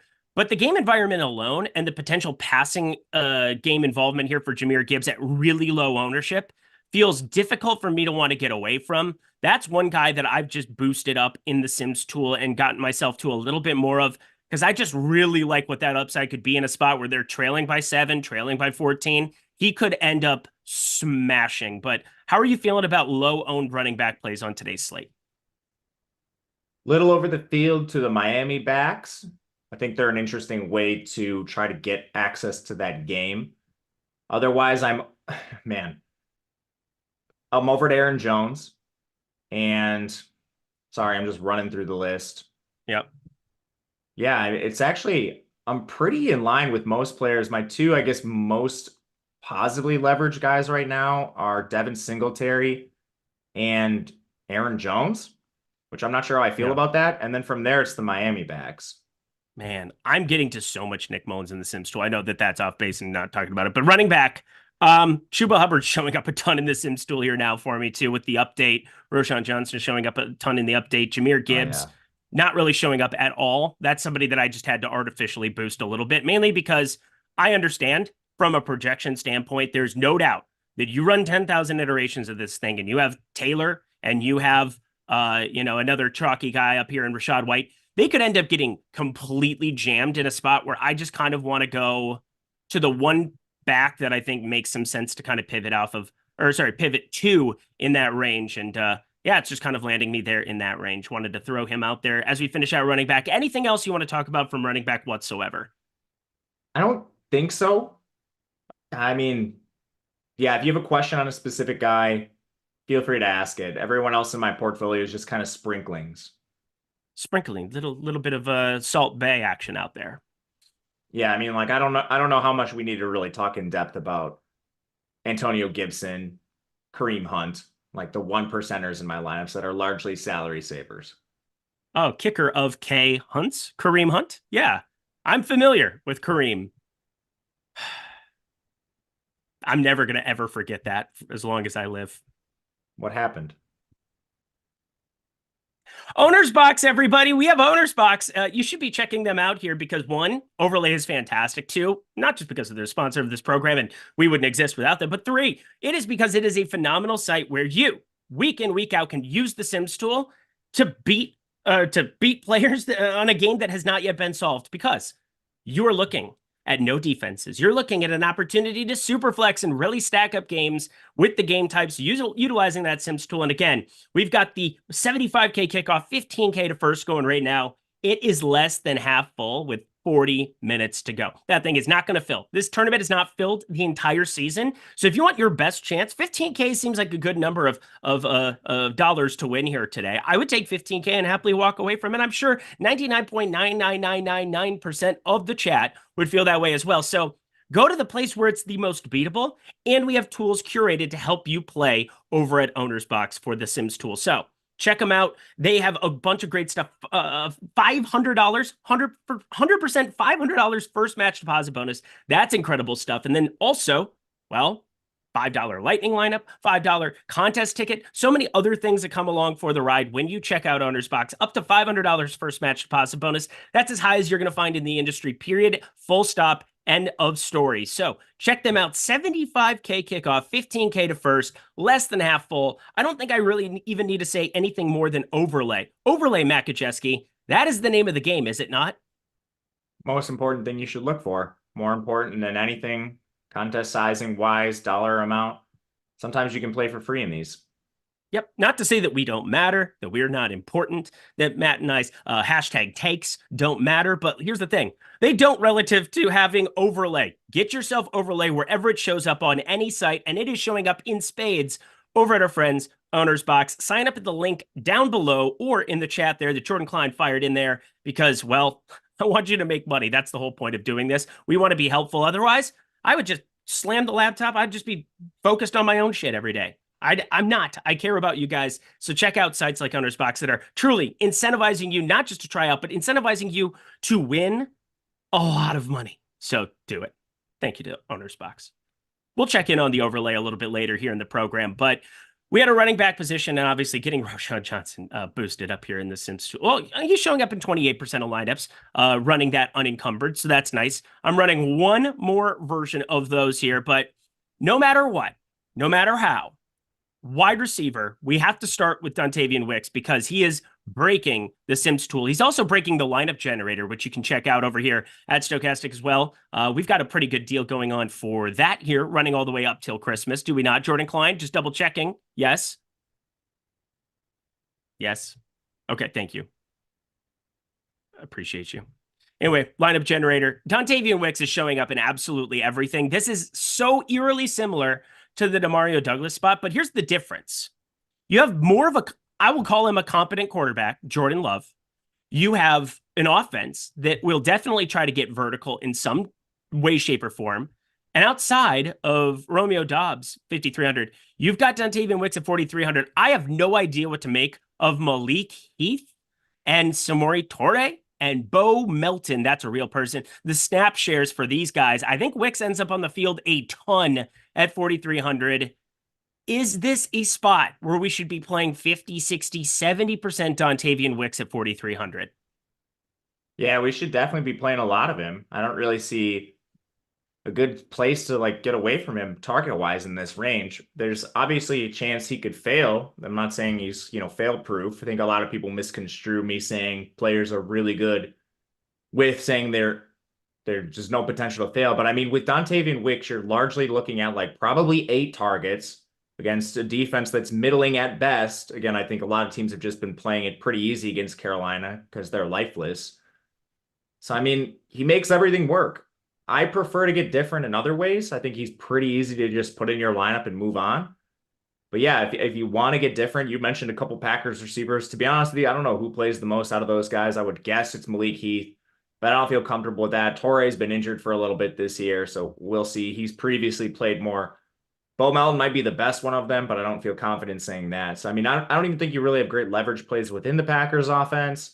And then you looked at some of the other guys on the pivots in this range. He's just very clearly the best option down here. So yeah, I find it particularly difficult getting away from him. He's not my favorite piece of chalk to fade. I'll say that. Yeah, it's so uncomfortable, but I think you got to play a lot of him in some capacity. He makes a lot of things work, and there is a very realistic chance that he's playing every snap, like just about every single snap here in this spot, don't you think? Yep, unless he gets hurt. He's going to be out there. He might have 100% snap share. Oh, it is uncomfortable to be holding hands with everybody there. I think depending on how many lineups you're making, I mean, you can obviously fade him in one, but if you're making multiple lineups here today, it's very hard to imagine a scenario where I'm not having a lot of this guy in my lineups. It just makes a lot of things work. But everybody's saying it's Dobbs. Yeah, well, play some Dobbs in tournaments. I like getting to Romeo Dobbs in tournaments, that's for sure. I think that you might as well get to the other guy who could be on the field nonstop and see double-digit targets, so that's cool. Kenny Chesney, $5. Appreciate you. Favorite sub 6K wide receiver for cash on FanDuel. Merry Christmas, fellas. Thank you for helping me win some money this year. That is fantastic to hear. We're happy to be able to do that. Our tools do a lot of that for us, so that is helpful as well. But favorite 6K for FanDuel purposes, I will say, I don't think Wicks is as much of a requirement over on FanDuel, but I still think he's the answer to the question. How about you? Agreed. Is it exclusively wide receivers? Exclusively wide receivers. Yeah, then yes. Yep. Wide receivers, 6K for cash. Just to double check here. We got Jordan Klein pulling up everything here on command. Look at this. 6K, because yeah, you got DJ Moore, 6,900. Hopkins, 61. Drake London, 5,100. No, that's for DK. That's definitely DK. Sorry. We are continuing on our Mary. Go ahead. I would say the players I think that are in the conversation are Downs, JSN, and that's probably it. I would agree. Teddy Wayman, $10. Merry Christmas, guys. It's been an awesome year. Thanks for all the hard work. Cheers to you all with the beer cheersing emoji. I always like to think when I see a cheer beersing emoji that it is Matt Gajewski and I at Wrigley Field running it back, but the only difference is that we remember it. So that's cool. We will run that back someday. We will. And Matt will just be like this the whole time. Yeah, I don't see why that wouldn't happen. Such a lovely memory of you. It's like my only memory of you, but it's true. It's we the continue. only time we've met. I know. It was lovely. It was lovely. D-Buff $1.99. Most exposure at tight ends on DK today. Good luck. We will also cover that. I also remember, because again, I'm a great host. That's what I am. We have to go back. He asked Slim Lancaster, who are the low-owned QBs and wide receivers that we're getting to? I think this is the conversation where we can get to the top of the board, because I am a little bit surprised by Justin Jefferson's ownership. He is, I mean, we're not that far removed from a hamstring injury, and they were very cautious with him. He sat out all of weeks 6 through 13, comes back week 14 after the bye, plays in a game, gets drilled in the ribs. Then he plays against Cincy, ends up surviving that for the most part. So yay for that. Fingers crossed here in this spot. But I'm a little bit surprised to see him pulling all the ownership with Amon-Ra pulling a little bit less. And then we got CeeDee and Tyreek Hill up there that are pulling less ownership than Justin Jefferson. I feel so much more confident about Hill and Lamb getting peppered and targeted ad nauseum than I feel like with Justin Jefferson as Jordan Addison has ascended, as TJ Hawkinson has continued to be a go-to guy within that the framework of that offense. You get Ty Chandler back there, who's been a more serviceable back than Alexander Madison. And now you're bringing the uncertainty of like, well, Nick Mullins is a quarterback who is a lifelong journeyman for a reason. It makes me feel crazy, but I'm playing a ton of Amon-Ra here, not getting to nearly as much Justin Jefferson. But amongst these top 4 wide receivers here, Jefferson, Brown, Lamb, Hill, who are you landing on the most for tournaments, Matt? Yeah, it's still going to be Jefferson. It's just hard to ignore the talent we know he has, even with the ascendance of other players. He did get knocked out of one game due to injury, like you mentioned, so I think that kind of depresses things. And he sat out so long with the hammy, and they were extremely cautious with him. Allegedly, he could have returned before the bye. They elected to play it as safe as they possibly could. I don't think that's a risk. Honestly, I think your biggest risk with Jefferson right now is just having Mullins at QB. Matchup's not going to be hard. He's been very vocal about seeing extra double teams since he's returned, but I kind of think Addison and Osborne and Hawkinson beating defenses, I think that kind of means you have to guard those guys normally now, and Jefferson maybe doesn't see as many double teams. I don't know, but he's still the guy I'm getting to the most. Second is Amon-Ra, same game environment. It's just absolutely elite game environment in the dome. And then we already talked a lot about CD and Tyreek. When you stack those players, it's just really hard to build a good lineup that's highly projected without a ton of ownership. So it's CD ahead of Tyreek, but I mean, neither of them are a big piece of my portfolio. Okay. Yeah, they're not massive pieces of mine, but I am finding ways to get to more Tyreek Hill. I think Tyreek Hill just has egregious ownership in this spot, relative to his opportunity of smashing. Now, you saw the running game really take over for Buffalo last week in that road spot up in Buffalo.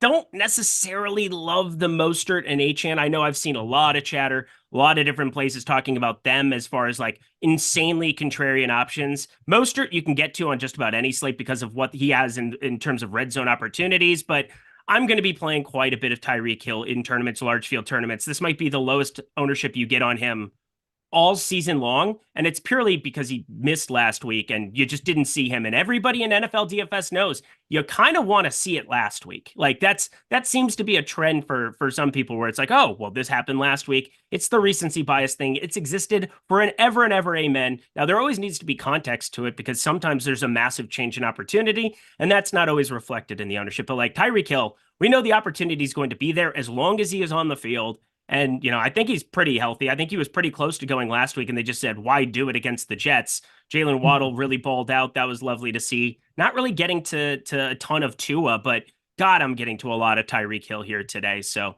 that'll be an enjoyable experience for me. DJ Moore pulling tons of ownership as he should. Mike Evans, 7,600. Somebody who's having a career season alongside Baker Mayfield. He's obviously coming for the ride in those Baker Mayfield stacks, but anybody above 7K that you're getting to above the field? Yeah, this range I think is pretty interesting. I am getting to slightly more Mike Evans than the field. It's just, we talked a lot about Baker. It's just that stack in general is simming really well. And I think it's because of the target concentration. Not really that worried about Jacksonville's secondary either. Mike Evans seems to just be perpetually underowned for some reason, and our sim still agrees with that. But otherwise, the 7K range doesn't have a lot of options. You want to extend it a little lower than that? Sure. Go to the 6K range because Hopkins is pulling a god ton of ownership here, and I don't quite understand it. Give me Chris Godwin just about every time in this range. Yeah, I'm not a huge fan of Hopkins. I'm going to try to come in with the field or under on him. He projects extremely well, so it's hard. You have to actually artificially bring him down. But Tennessee's already basically eliminated. I don't know what they're playing for. We know they like to establish the run, so you kind of need Seattle to run out from a lead here. They're also playing a quarterback that clearly isn't a part of their future. So I don't know. In the 6K range, I'd rather play DJ Moore. I think he's pretty good chalk, but I'm not going to try to make a huge stand getting over with him. I am playing a lot of the Seattle guys, so if we want to extend this down to Lockett, we can kind of include him in the conversation with Metcalf because he's in this 6K range. He's an excellent play. I'm over on Amari Cooper. I'm over on Ridley slightly. And yeah, that just about does it for this range. You ran the gamut on it. I don't really have to do anything. I feel good about what you This is a good I feel range. good I'm about over what you on a lot of achieved there. guys. Yeah, Amari Cooper, I'm overweight too. That is for damn sure. Go Joe Flacco today. Joe go. All right, let's get way down here though. Sub 5K. That's really where we're going to have ourselves some fun. Josh Downs also. I'm surprised he didn't get steamed up nearly as much as I was expecting in the aftermath of Michael Pittman getting ruled out, but there's one guy that was really, really popular. I don't want to call him a pivot, but he was a massive piece of chalk earlier in the week. And then we got news that Michael Pittman was going to be in, and now he's officially out. What do you think about a 3,300 DJ Montgomery on today's slate as a massive, massive difference maker? Yeah, I like him. He's actually my second most owned. I'm going to exclude Wicks from this conversation. He's the best play in this range. He's going to be maybe my most owned receiver below 4K or in this 4K range. Yep. He's unowned. Nobody's playing him, and I don't understand it. He was on the field nonstop once Pittman went out last week. Yeah, I mean, it's probably a talent thing. Like, to be honest with you, you, probably I didn't sucks. even know. He's 3,300. I mean, I think he's an FCS guy. I don't even know where he went to school. So, like, I don't even know this guy. All right, I mean, I don't watch somebody FCS. in chat. I don't watch FCS, Montgomery. so I don't know where some of the FCS kids went. He went to Austin P. Yeah, he's an FCS guy. It's not normal. I have 38% of him. Holy, so I'm not that high. I don't know. I just I'm literally at like 10%. I'm probably over projecting him a little bit here, but I mean, just taking his snap share from last week, he played nearly 50% of snaps. But again, once Michael Pittman was out, I mean, you're basically adjusting that to like 75% snap share maybe for this week. Yeah, they can probably do some stuff to go 12 more if they want to. Colts have always been able to do that, but like none of those guys really catch passes, so I'm not all that worried about. I don't know. This just feels like one of those spots at 3,300. You can get to somebody that I didn't even know the name of until Wednesday night. And I was like, why is this guy popping everywhere? And now, because of Dontavian Wicks, he's not popping nearly as much, but like you can kind of play both of them, right? Yeah, you can definitely play both of them, especially if you want to play like Tyreek and Tua and Dak and CD and Jonathan Taylor. But yeah, man, I mean, this is also a risk tolerance thing. I have one player in my portfolio at 40-ish%. So, I mean, sounds like you're just making some more stands than I am, which generally prefer to be a little risk tolerant with the portfolio. Not like if you're playing 40% DJ Montgomery and he goes catchless, it's like I don't think my stomach can handle it, man. So probably true. Also, with Michael Wilson news waiting in the wings, I need to take this down a notch. So, all right, we're gonna take it down a little bit here, but I can promise you, he's still gonna be in my portfolio. I mean, I'm going to be overexposed to him. Just I don't have the stomach for really anyone 40% other than Wicks. Okay, Mr. Weeks. I just want to say it like that every single time. Also, that actor passed away, and he was awesome. I don't know who you're talking about. Of course you don't. You just absolute Wicks? film connoisseur. Mr. Weeks. Wicks. John Wick. You need to watch John Wick. I think you would like John Wick, Matt Gajewski. All 48 of them. I'm not doing There's that. a lot of John Wicks. There's like 4, that. I think. Oh, okay. I have 50% of the GOAT, Cedric Tillman. Okay, let's talk about some other cheapies that we can take shots on, because again, I was getting a little bit crazy there, but Alec Pierce going to be more of the deep shot guy, and that's where I think DJ Montgomery, I think he has some utility down there. Wanted to at least throw his name out there because, you know, then we can clip that and put it on social once he puts up 0 fantasy points. That'll be enjoyable. Looking at Robert Woods, 4,100, I have a share or two. Elijah Moore, I'm way over on, as I should be, considering how much Flacco I have. Brandon Cooks, 4,900. This is just a range that there's nothing you feel exponentially great about sub 5K, but like I am taking shots all over the board. How about you? Same, trying to spread this out. That's why I don't have anyone at 40%, but same with you on Elijah Moore, like Flacco, like the stack. Houston's not a difficult matchup. JSN playing a ton of Geno, so he comes along for the ride. Playing some of the Jags guys, that being mainly Parker Washington. Little bit of Jameson Williams. I've heard a lot of talk on him this week. I think he's actually going to come in decently owned, so he's not my favorite guy. From there, it's some Michael Wilson. I'm actively trying to come low to Mingo, who's drawing some ownership in this range. So I'm going to just have a few shares of him. Then otherwise, you mentioned DJ Montgomery, playing him. Darnell Mooney for some contrarian Bears stacks. A little bit of Burks, a little bit of Chark, and that about does it for me down here. A little bit country, a little bit of rock and roll. What's that from? I think it's actually like that sibling, what is that? I don't know. I definitely don't know. I'm a little bit country. I'm a little bit of rock and roll. It's the Osmonds. That's what it is. Donny Osmond. 22 minutes before lock. Let's check in on overlay of Owner's Box. Smash the like button, everybody. As we continue on our voyage here, we're going to get you over to the tight end position, which is very, very valuable here, considering they're showing up everywhere in the Sims tool. We'll talk about all of the good stuff here. But yeah, I want to check in on the overlay here. Where are we at? We're just over 50% there, 56%. It is not going to fill. Yet again, phenomenal stuff. And South Park from Nolan Kelly. That's great. I'm glad that I'm a little bit candy. I'm a little bit rock and roll. Just assuming it's Eric Cartman. No, you stupid tower.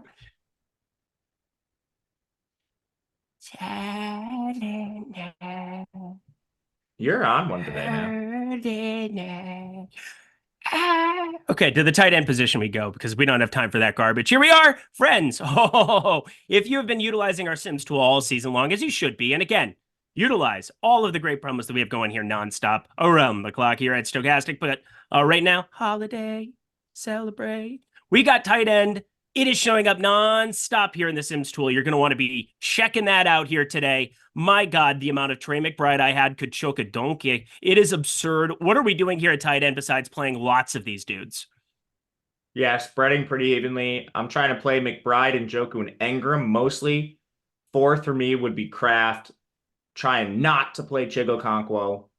And spreading the rest mainly in stacks. So the guys I'm willing to play kind of on their own or in mini stacks are, again, Njoku, McBride, Engram, and Kraft. Bringing down the guys I actively brought down were Kyle Pitts, Jonnu Smith, and Chigokonkwo. And everyone else, I'm just letting it ride. If they're in stacks, I'm not changing it. Yeah. Everybody said that was a pretty good Cartman. I'm proud of myself. There we go. Yeah, you did pretty good on that. That's a pretty good one. Yeah, I was impressed. Hey, come on. Waiting for the Nintendo Switch to come out. Anyway, I have lots of Trey McBride. I'm a little bit worried that Trey McBride is going to be infinity % owned in everything that Justin Fields, like Justin Fields, DJ Moore, and then Trey McBride is going to be infinity % owned, and it's going to have so much overlap, but you can get different in other ways. It's just like, the opportunity is so good for all of those guys. It's so hard to get away from in that game environment today. I think a lot of it will depend how again, Jonathan Taylor, I'm a little bit over to. I'm a little bit under on Rachaad White. But yeah, some of these bigger stands that I have, specifically like what happens with Atlanta, what happens with Cleveland, those stacks specifically, if they go completely nuclear, I'm going to be very, very happy. If they don't, I'm probably going to get off of Fields and hope for the best, because I think that'll be my best path to ROI there in a spot where those two spots fail, mainly because, you know, everybody's going to be playing Chicago anyway. Oh, it's going to be an uncomfortable feeling. Oh, it's going to be uncomfortable. But we, friends, have other tight ends on the bottom end of this range that aren't just Trey McBride, David Njoku that are showing up in the Sims tool, Jake Ferguson in my lineups, your boy Tucker Kraft in my lineups, and TJ Hawkinson. Quite a bit of ownership for him in the Sims as well. Totally makes sense that, you know, that could be the guy against Detroit, and life would be fantastic. He's a lot cheaper than Justin Jefferson as well. But rounding out the tight end position, any cheapies, sub 5K guys you're getting to a lot. Yeah, Tucker Kraft is the guy I'm getting to the most in this range. Okay. He basically is just playing the Luke Musgrave role. And now we've removed the top two pass catchers, Jaden Reed and Christian Watson. So I still think you're probably looking at the number 3 is going to be behind Wicks and Dobbs, but still really involved. I think he's more involved than Torrey, Melton, and all those dusty guys. Cole Kmet, so he's just a contrarian option attached. He's not even really contrarian. That's probably not the best. A modestly owned attachment to Justin Fields. You're not walking into like that DJ Moore McBride stack. And you bring up a really good point here. I think we might end up seeing Cole Kmet come in under-owned, especially in field stacks, because it's a lot more comfortable just to click in DJ Moore and McBride. So, I mean, are we playing 2 tight ends? You could. It sims relatively well in some stuff, but I don't think a lot of people just hand building or using optimizers are going to click in 2 tight ends. And then I do think people largely prefer McBride to Kmet in this game. So I think he's fine to play. Otherwise, it's just sprinklings. There's a ton of guys down here that are correlated, but not major pieces of my portfolio. Oh, we got a lot of super chats to get caught up on. You ready to go, my dude?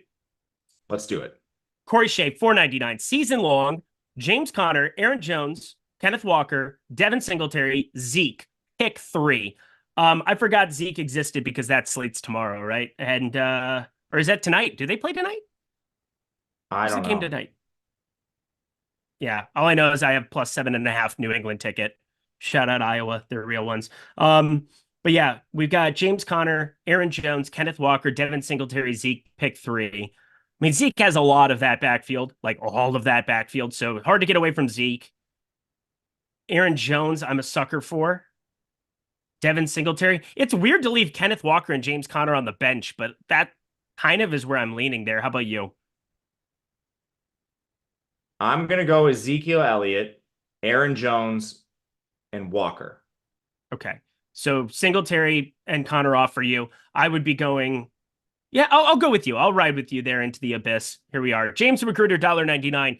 Taylor and White, 4 RB. Who is your third for single entry? Okay, so he's got Taylor and White. Who is your third back for single entry? Roschon Johnson. So I'm trying to just like do the mental calculus. He's probably going to need a salary saver. Single entries generally aren't that big. I'm probably just going to go Ty Chandler. Okay. Comment God, member for 5 months in a Washington, New York Jets showdown. Jets D or kicker? Merry Christmas. Jets D is a phenomenal play today. Yeah, no problem with that. Riley Teixeira, $2. FanDuel minus tight. Oh, okay. FanDuel. Tight end plus flex. Best pair around 7K. He's got 13.7K left. So best tight end plus flex play. Pulling up the projections. 7K here. a piece, Eric? So yeah, so basically targeting around 7K or lower. I wouldn't want anything above that here at the moment unless it just really project out well. But we're looking for a tight end plus a flex. And obviously the tight ends are going to be cheaper there. If you don't play McBride at 7K, everybody is pretty darn cheap. I think it's pretty easy. I would just go McBride Chandler. Oh, okay, done. Like you win, Chandler's sir. Chandler's 6'9" over there. So you'd leave $100 on the table if he had 1,400 left over. Love it. Corey Ballmer, $2. Have Flacco and Njoku already. Wicks or Elijah Moore DK? I mean, if you have Flacco, I want to double stack Flacco. I'm playing Flacco exclusively in double stacks today. So if you don't have a second piece there, I would go more. But Wicks is obviously somebody who's in a large allotment of my lineups. Yeah, you'll be very contrarian with Flacco and Moore. So unless you're playing the Millie Maker or something, I'd probably just take the raw projection and Wicks. Mr. Weeks. Makes me happy. And Orion, $1.99. Then we'll be all caught up. We'll talk defense. We'll talk questions. We'll get ourselves the heck up out of here and celebrate Christmas with our families. Or some of you watch football all day. Good for you. Called me touch CMT, $1.99. Nico Collins or Wicks. Fantasy PPR League, ? I don't know why Fantasy PPR League was in caps there, but I enjoyed it. There. I had to give it the appreciation it deserved. Nico Collins or Wicks. Wild to think that that's a close question on December 24th, but it is. Who do you prefer between the two straight up? Wicks. That's wild to say, and I agree with you, and it's an absurd fact. Anything else at tight end here, as we have now gotten completely caught up on super chats?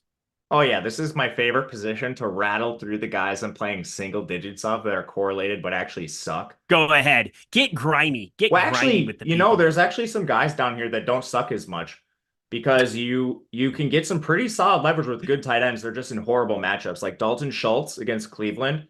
Yeah. You now have Nico Collins back, who we mentioned, so the target share is not quite as projectable, but he's essentially unowned. Nobody's playing Sam Laporta, who's coming off a monster game. I know he's never going to project for anything like that, especially with Amon-Ra there. And he's expensive, which hurts, but nobody's playing him, so I have a little bit of him. And then going up the list, some Jonnu. I have a little bit of Kylan Granson, a little bit of Logan Thomas, who's been atrocious, a little bit of Noah Fant because I'm playing a ton of that Seattle stack.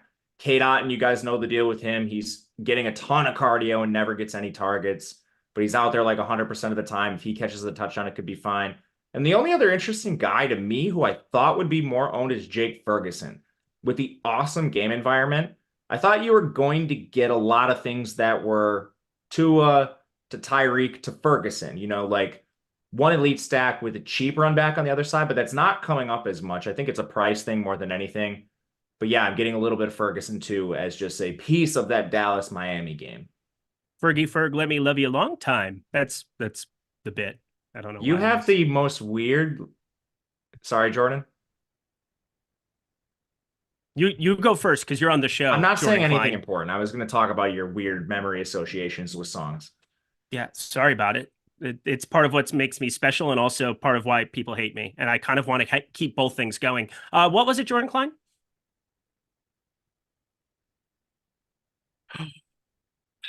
What was the question?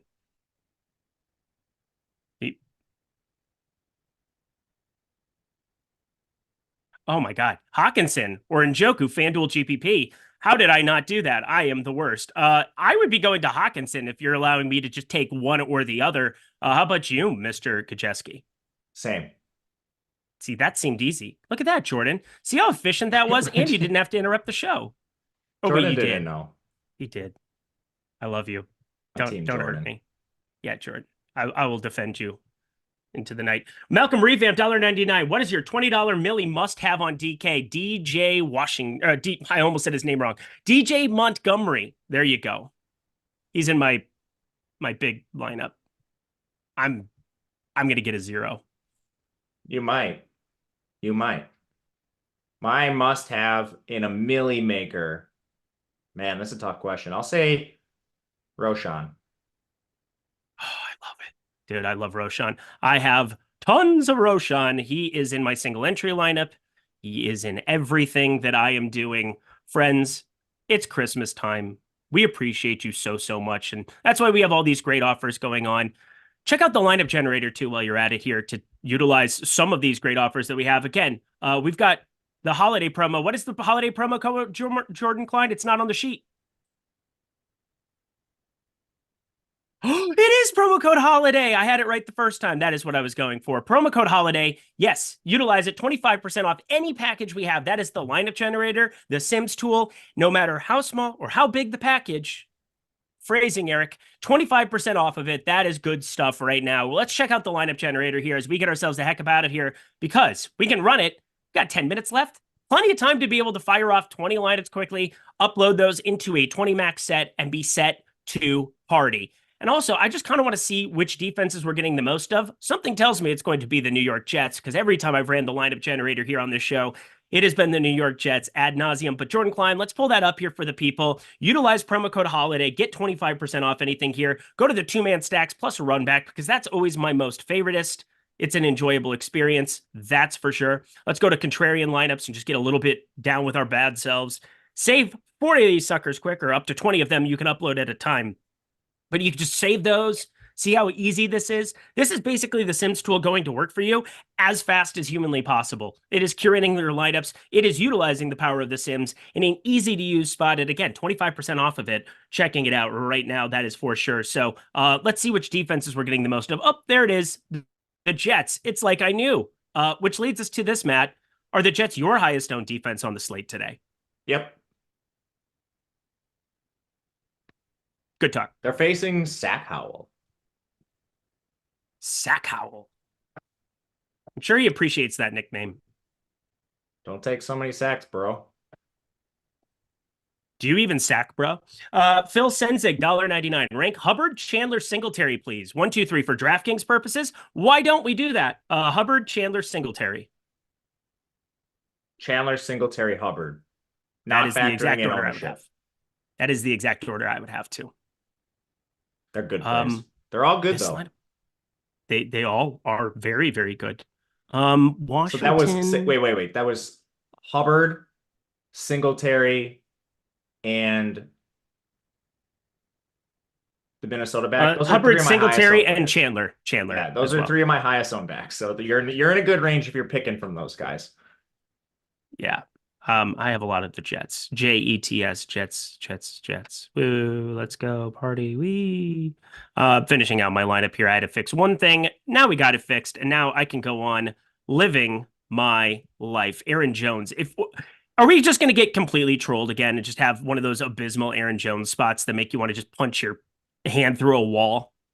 Probably. He hasn't had a single good game this year. Guy stinks. He doesn't actually, but he's had a terrible year. Even when he's been active, he's done 0. Seems bad. He's getting old, man. I mean, it's a little past his prime. Sad times when the greats have to disappear like this. When the greats have to disappear. Yep, JTS, Jets. That's for sure. That's going to be the defense I'm getting to the most. But let's recap for the people here. We got, 7 minutes left? Sure, we have some other questions that are coming in as we're finishing it out. Yeah, he asked us to rank those earlier. Oh, he had Bill Senzig kind of asked the exact same thing. He had Johnson in that grouping as well before. Roshan Johnson would be second for me, just in terms of ownership. I'd be going Chandler, Johnson, Singletary, Hubbard in that configuration. How about you? Yeah, when you factor in ownership, otherwise, if it's just raw projection, you're playing something small, I don't think you need to go that crazy, but it depends on the size of your tournament. Yeah, Aaron Jones was the RB1 in week 1. It's week 16, pal. It is week 16. That is for sure. Is Trevor Lawrence playing? Yes, Trevor Lawrence is playing football. He is in too many of my lineups. I have a modest amount of him. I ended up with more than I wanted, that's for sure. I didn't think I was going to end up getting there. Why is Alan Lazard in this lineup? Why is Alan Lazard in my lineups at all? And I'm an Iowa State guy. I have some Alan Lazard, but I am also playing a little bit of Trevor Siemian. That's never a good feeling, is it? I'm going to look at my Alan Lazard lineup. So what could possibly be in this lineup? Pain and sadness.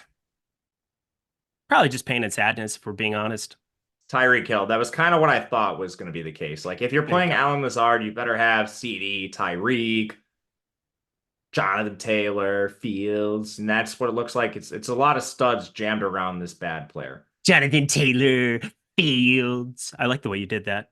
Thanks, man. I wasn't even trying to. I know that's kind of what makes you, is that you just crush these things. Let's, why is Alan Lazard in your list? That's a great question. Again, I'm an Iowa State guy. They get an artificial boost as is. Go Breece Hall, by the way. That's good stuff. But let's recap for the people. Again, utilizing the Sims tool makes it super easy to go through all of your lineup exposures, be able to group out your best ones, upload them seamlessly. And now, Josh Engelman, I just saw it in the chat there in the Slack. That's the word I was looking for. The Slack channel. We're going to have, if you guys don't know how to upload lineups in CSV Upload, we've actually had a lot of people have questions about it. I think some of us take it for granted because we've been doing this so long, but got to remember, new people in the space, you're learning how to upload lineups utilizing the Sims tool, making it easy on yourself. Josh Engelman has a video coming out instructing you exactly how to do so. So that will be uploaded here on Stokastic, and you will be able to check that out here on the YouTube channel. So maybe take advantage of that. That's for sure. If you've ever had questions or you felt like, oh, that's a question that nobody ever answers for me. And there you go. Now you will have an answer. But let's recap for the people. Your favorite chalky quarterback and contrarian line quarterback. And we'll go down the line each position. Chalky's going to be Fields. Contrarian's Geno. Little Kawhi laugh for the people. Justin Fields, the chalky one, and then Baker Mayfield. Well, actually, he's pretty chalky, 7.6%. I have Jordan Love, and that doesn't feel good. Hey. But it is what it is. Running back, favorite chalky one, Jonathan Taylor for me in 38% of my lineups. That is pretty fantastic. And then Roshan Johnson, he's still too low owned. Yeah, mine's Rashad White. Low-owned players, I think you could get a little creative. I kind of like Kenneth Walker. We didn't talk a lot about him. He's on the injury report, but facing Tennessee, nothing that really scares you there. And a couple of running backs we didn't hit on. I don't have a lot of Derrick Henry. Saw some people asking about that. It's always inherent risk with him. Tougher matchup against Seattle with, I guess, Tannehill might be an upgrade. But yeah, I'll say Walker for contrarian. Walker for contrarian. Okay, that seems fun. Walker is in, how many of my lineups is Walker in? I have 11%. I have enough. He's not in any of my small field stuff, though. That's why I was checking. Always good to check. Oh, I have no Kenneth Walker. I have 4 shares. Okay. 4 out of 197 lineups. Good stuff. I guess, yeah, I gave you my running backs. To wide receiver, we'll both just write off Wicks. Wicks is a good piece of chalk relative. Like, he should have a lot of opportunity. He's going to be mega owned, and that's going to piss off some people, but I'm going to play him, so it is what it is. But favorite chalky wide receiver not named Wicks, and favorite contrarian wide receiver. Not named Wicks, it's Justin Jefferson, not being too crazy there. DK Metcalf for contrarian. Him or Lockett, like them both. Check this out. DJ Moore, DJ Montgomery. Wow. That's played fun. the whole DJ lineups. Yep. Go DJ. Too bad That's my Daniel DJ. Jones is Go DJ. I missed that. DeAndre Jordan. They would always sing that at Clippers games. That was the best. And now he's just a scrub, but he was good for one night and one night only this season, and that was against those Clippers. It was funny to watch. But let's get out of here. Tight end, final spot. Well, I guess we have defense we can do as well, but tight end, favorite chalky one, favorite contrarian one. McBride, and man, I don't have a favorite contrarian one. Correlate with your quarterback. That's my favorite way to be contrarian. Probably like Conquo, get weird with yourself and whatever. Yeah, that's going to probably be my Trey McBride, and then just random scattering of everybody else. And defense, Jets, favorite contrarian, Vikings. My most owned defenses in order in my portfolio are Jets, Bears, Cardinals, Panthers, Dolphins, Browns. I don't know what the ownership of these guys is. I didn't even look. The tools did the work for me. That does it for us, guys. Thank you to Owner's Box. Thank you to all of you for hanging out, spending your lovely, it's a great time to be hanging out here with you. That's for sure. Appreciate you. Smash the like button on the way out. But Matt, you always do a good job of kind of encapsulating everything at the very end of these shows. Any final words for the people? First of all, I hope you guys all have happy holidays, however you're celebrating, a good family time, everything like that. We're very happy that you chose to spend part of your holidays with Eric and myself, Loughy, Ben, and everyone that was before us. Otherwise, enjoy the games today. And thank you for being here. It allows me and Eric to do something we love. So always appreciate you guys. Thank you and have happy holidays. Just walk off home run. Let's get ourselves out of here. Thank you, Jordan Klein. Thank you, Matt Gajewski. Go follow him at Matt_Gajewski. I'm Eric Lindquist. Go follow me at Eric Lindquist. We appreciate you. Merry Christmas Eve. Enjoy time with your family and a little football as well. We'll see you guys later.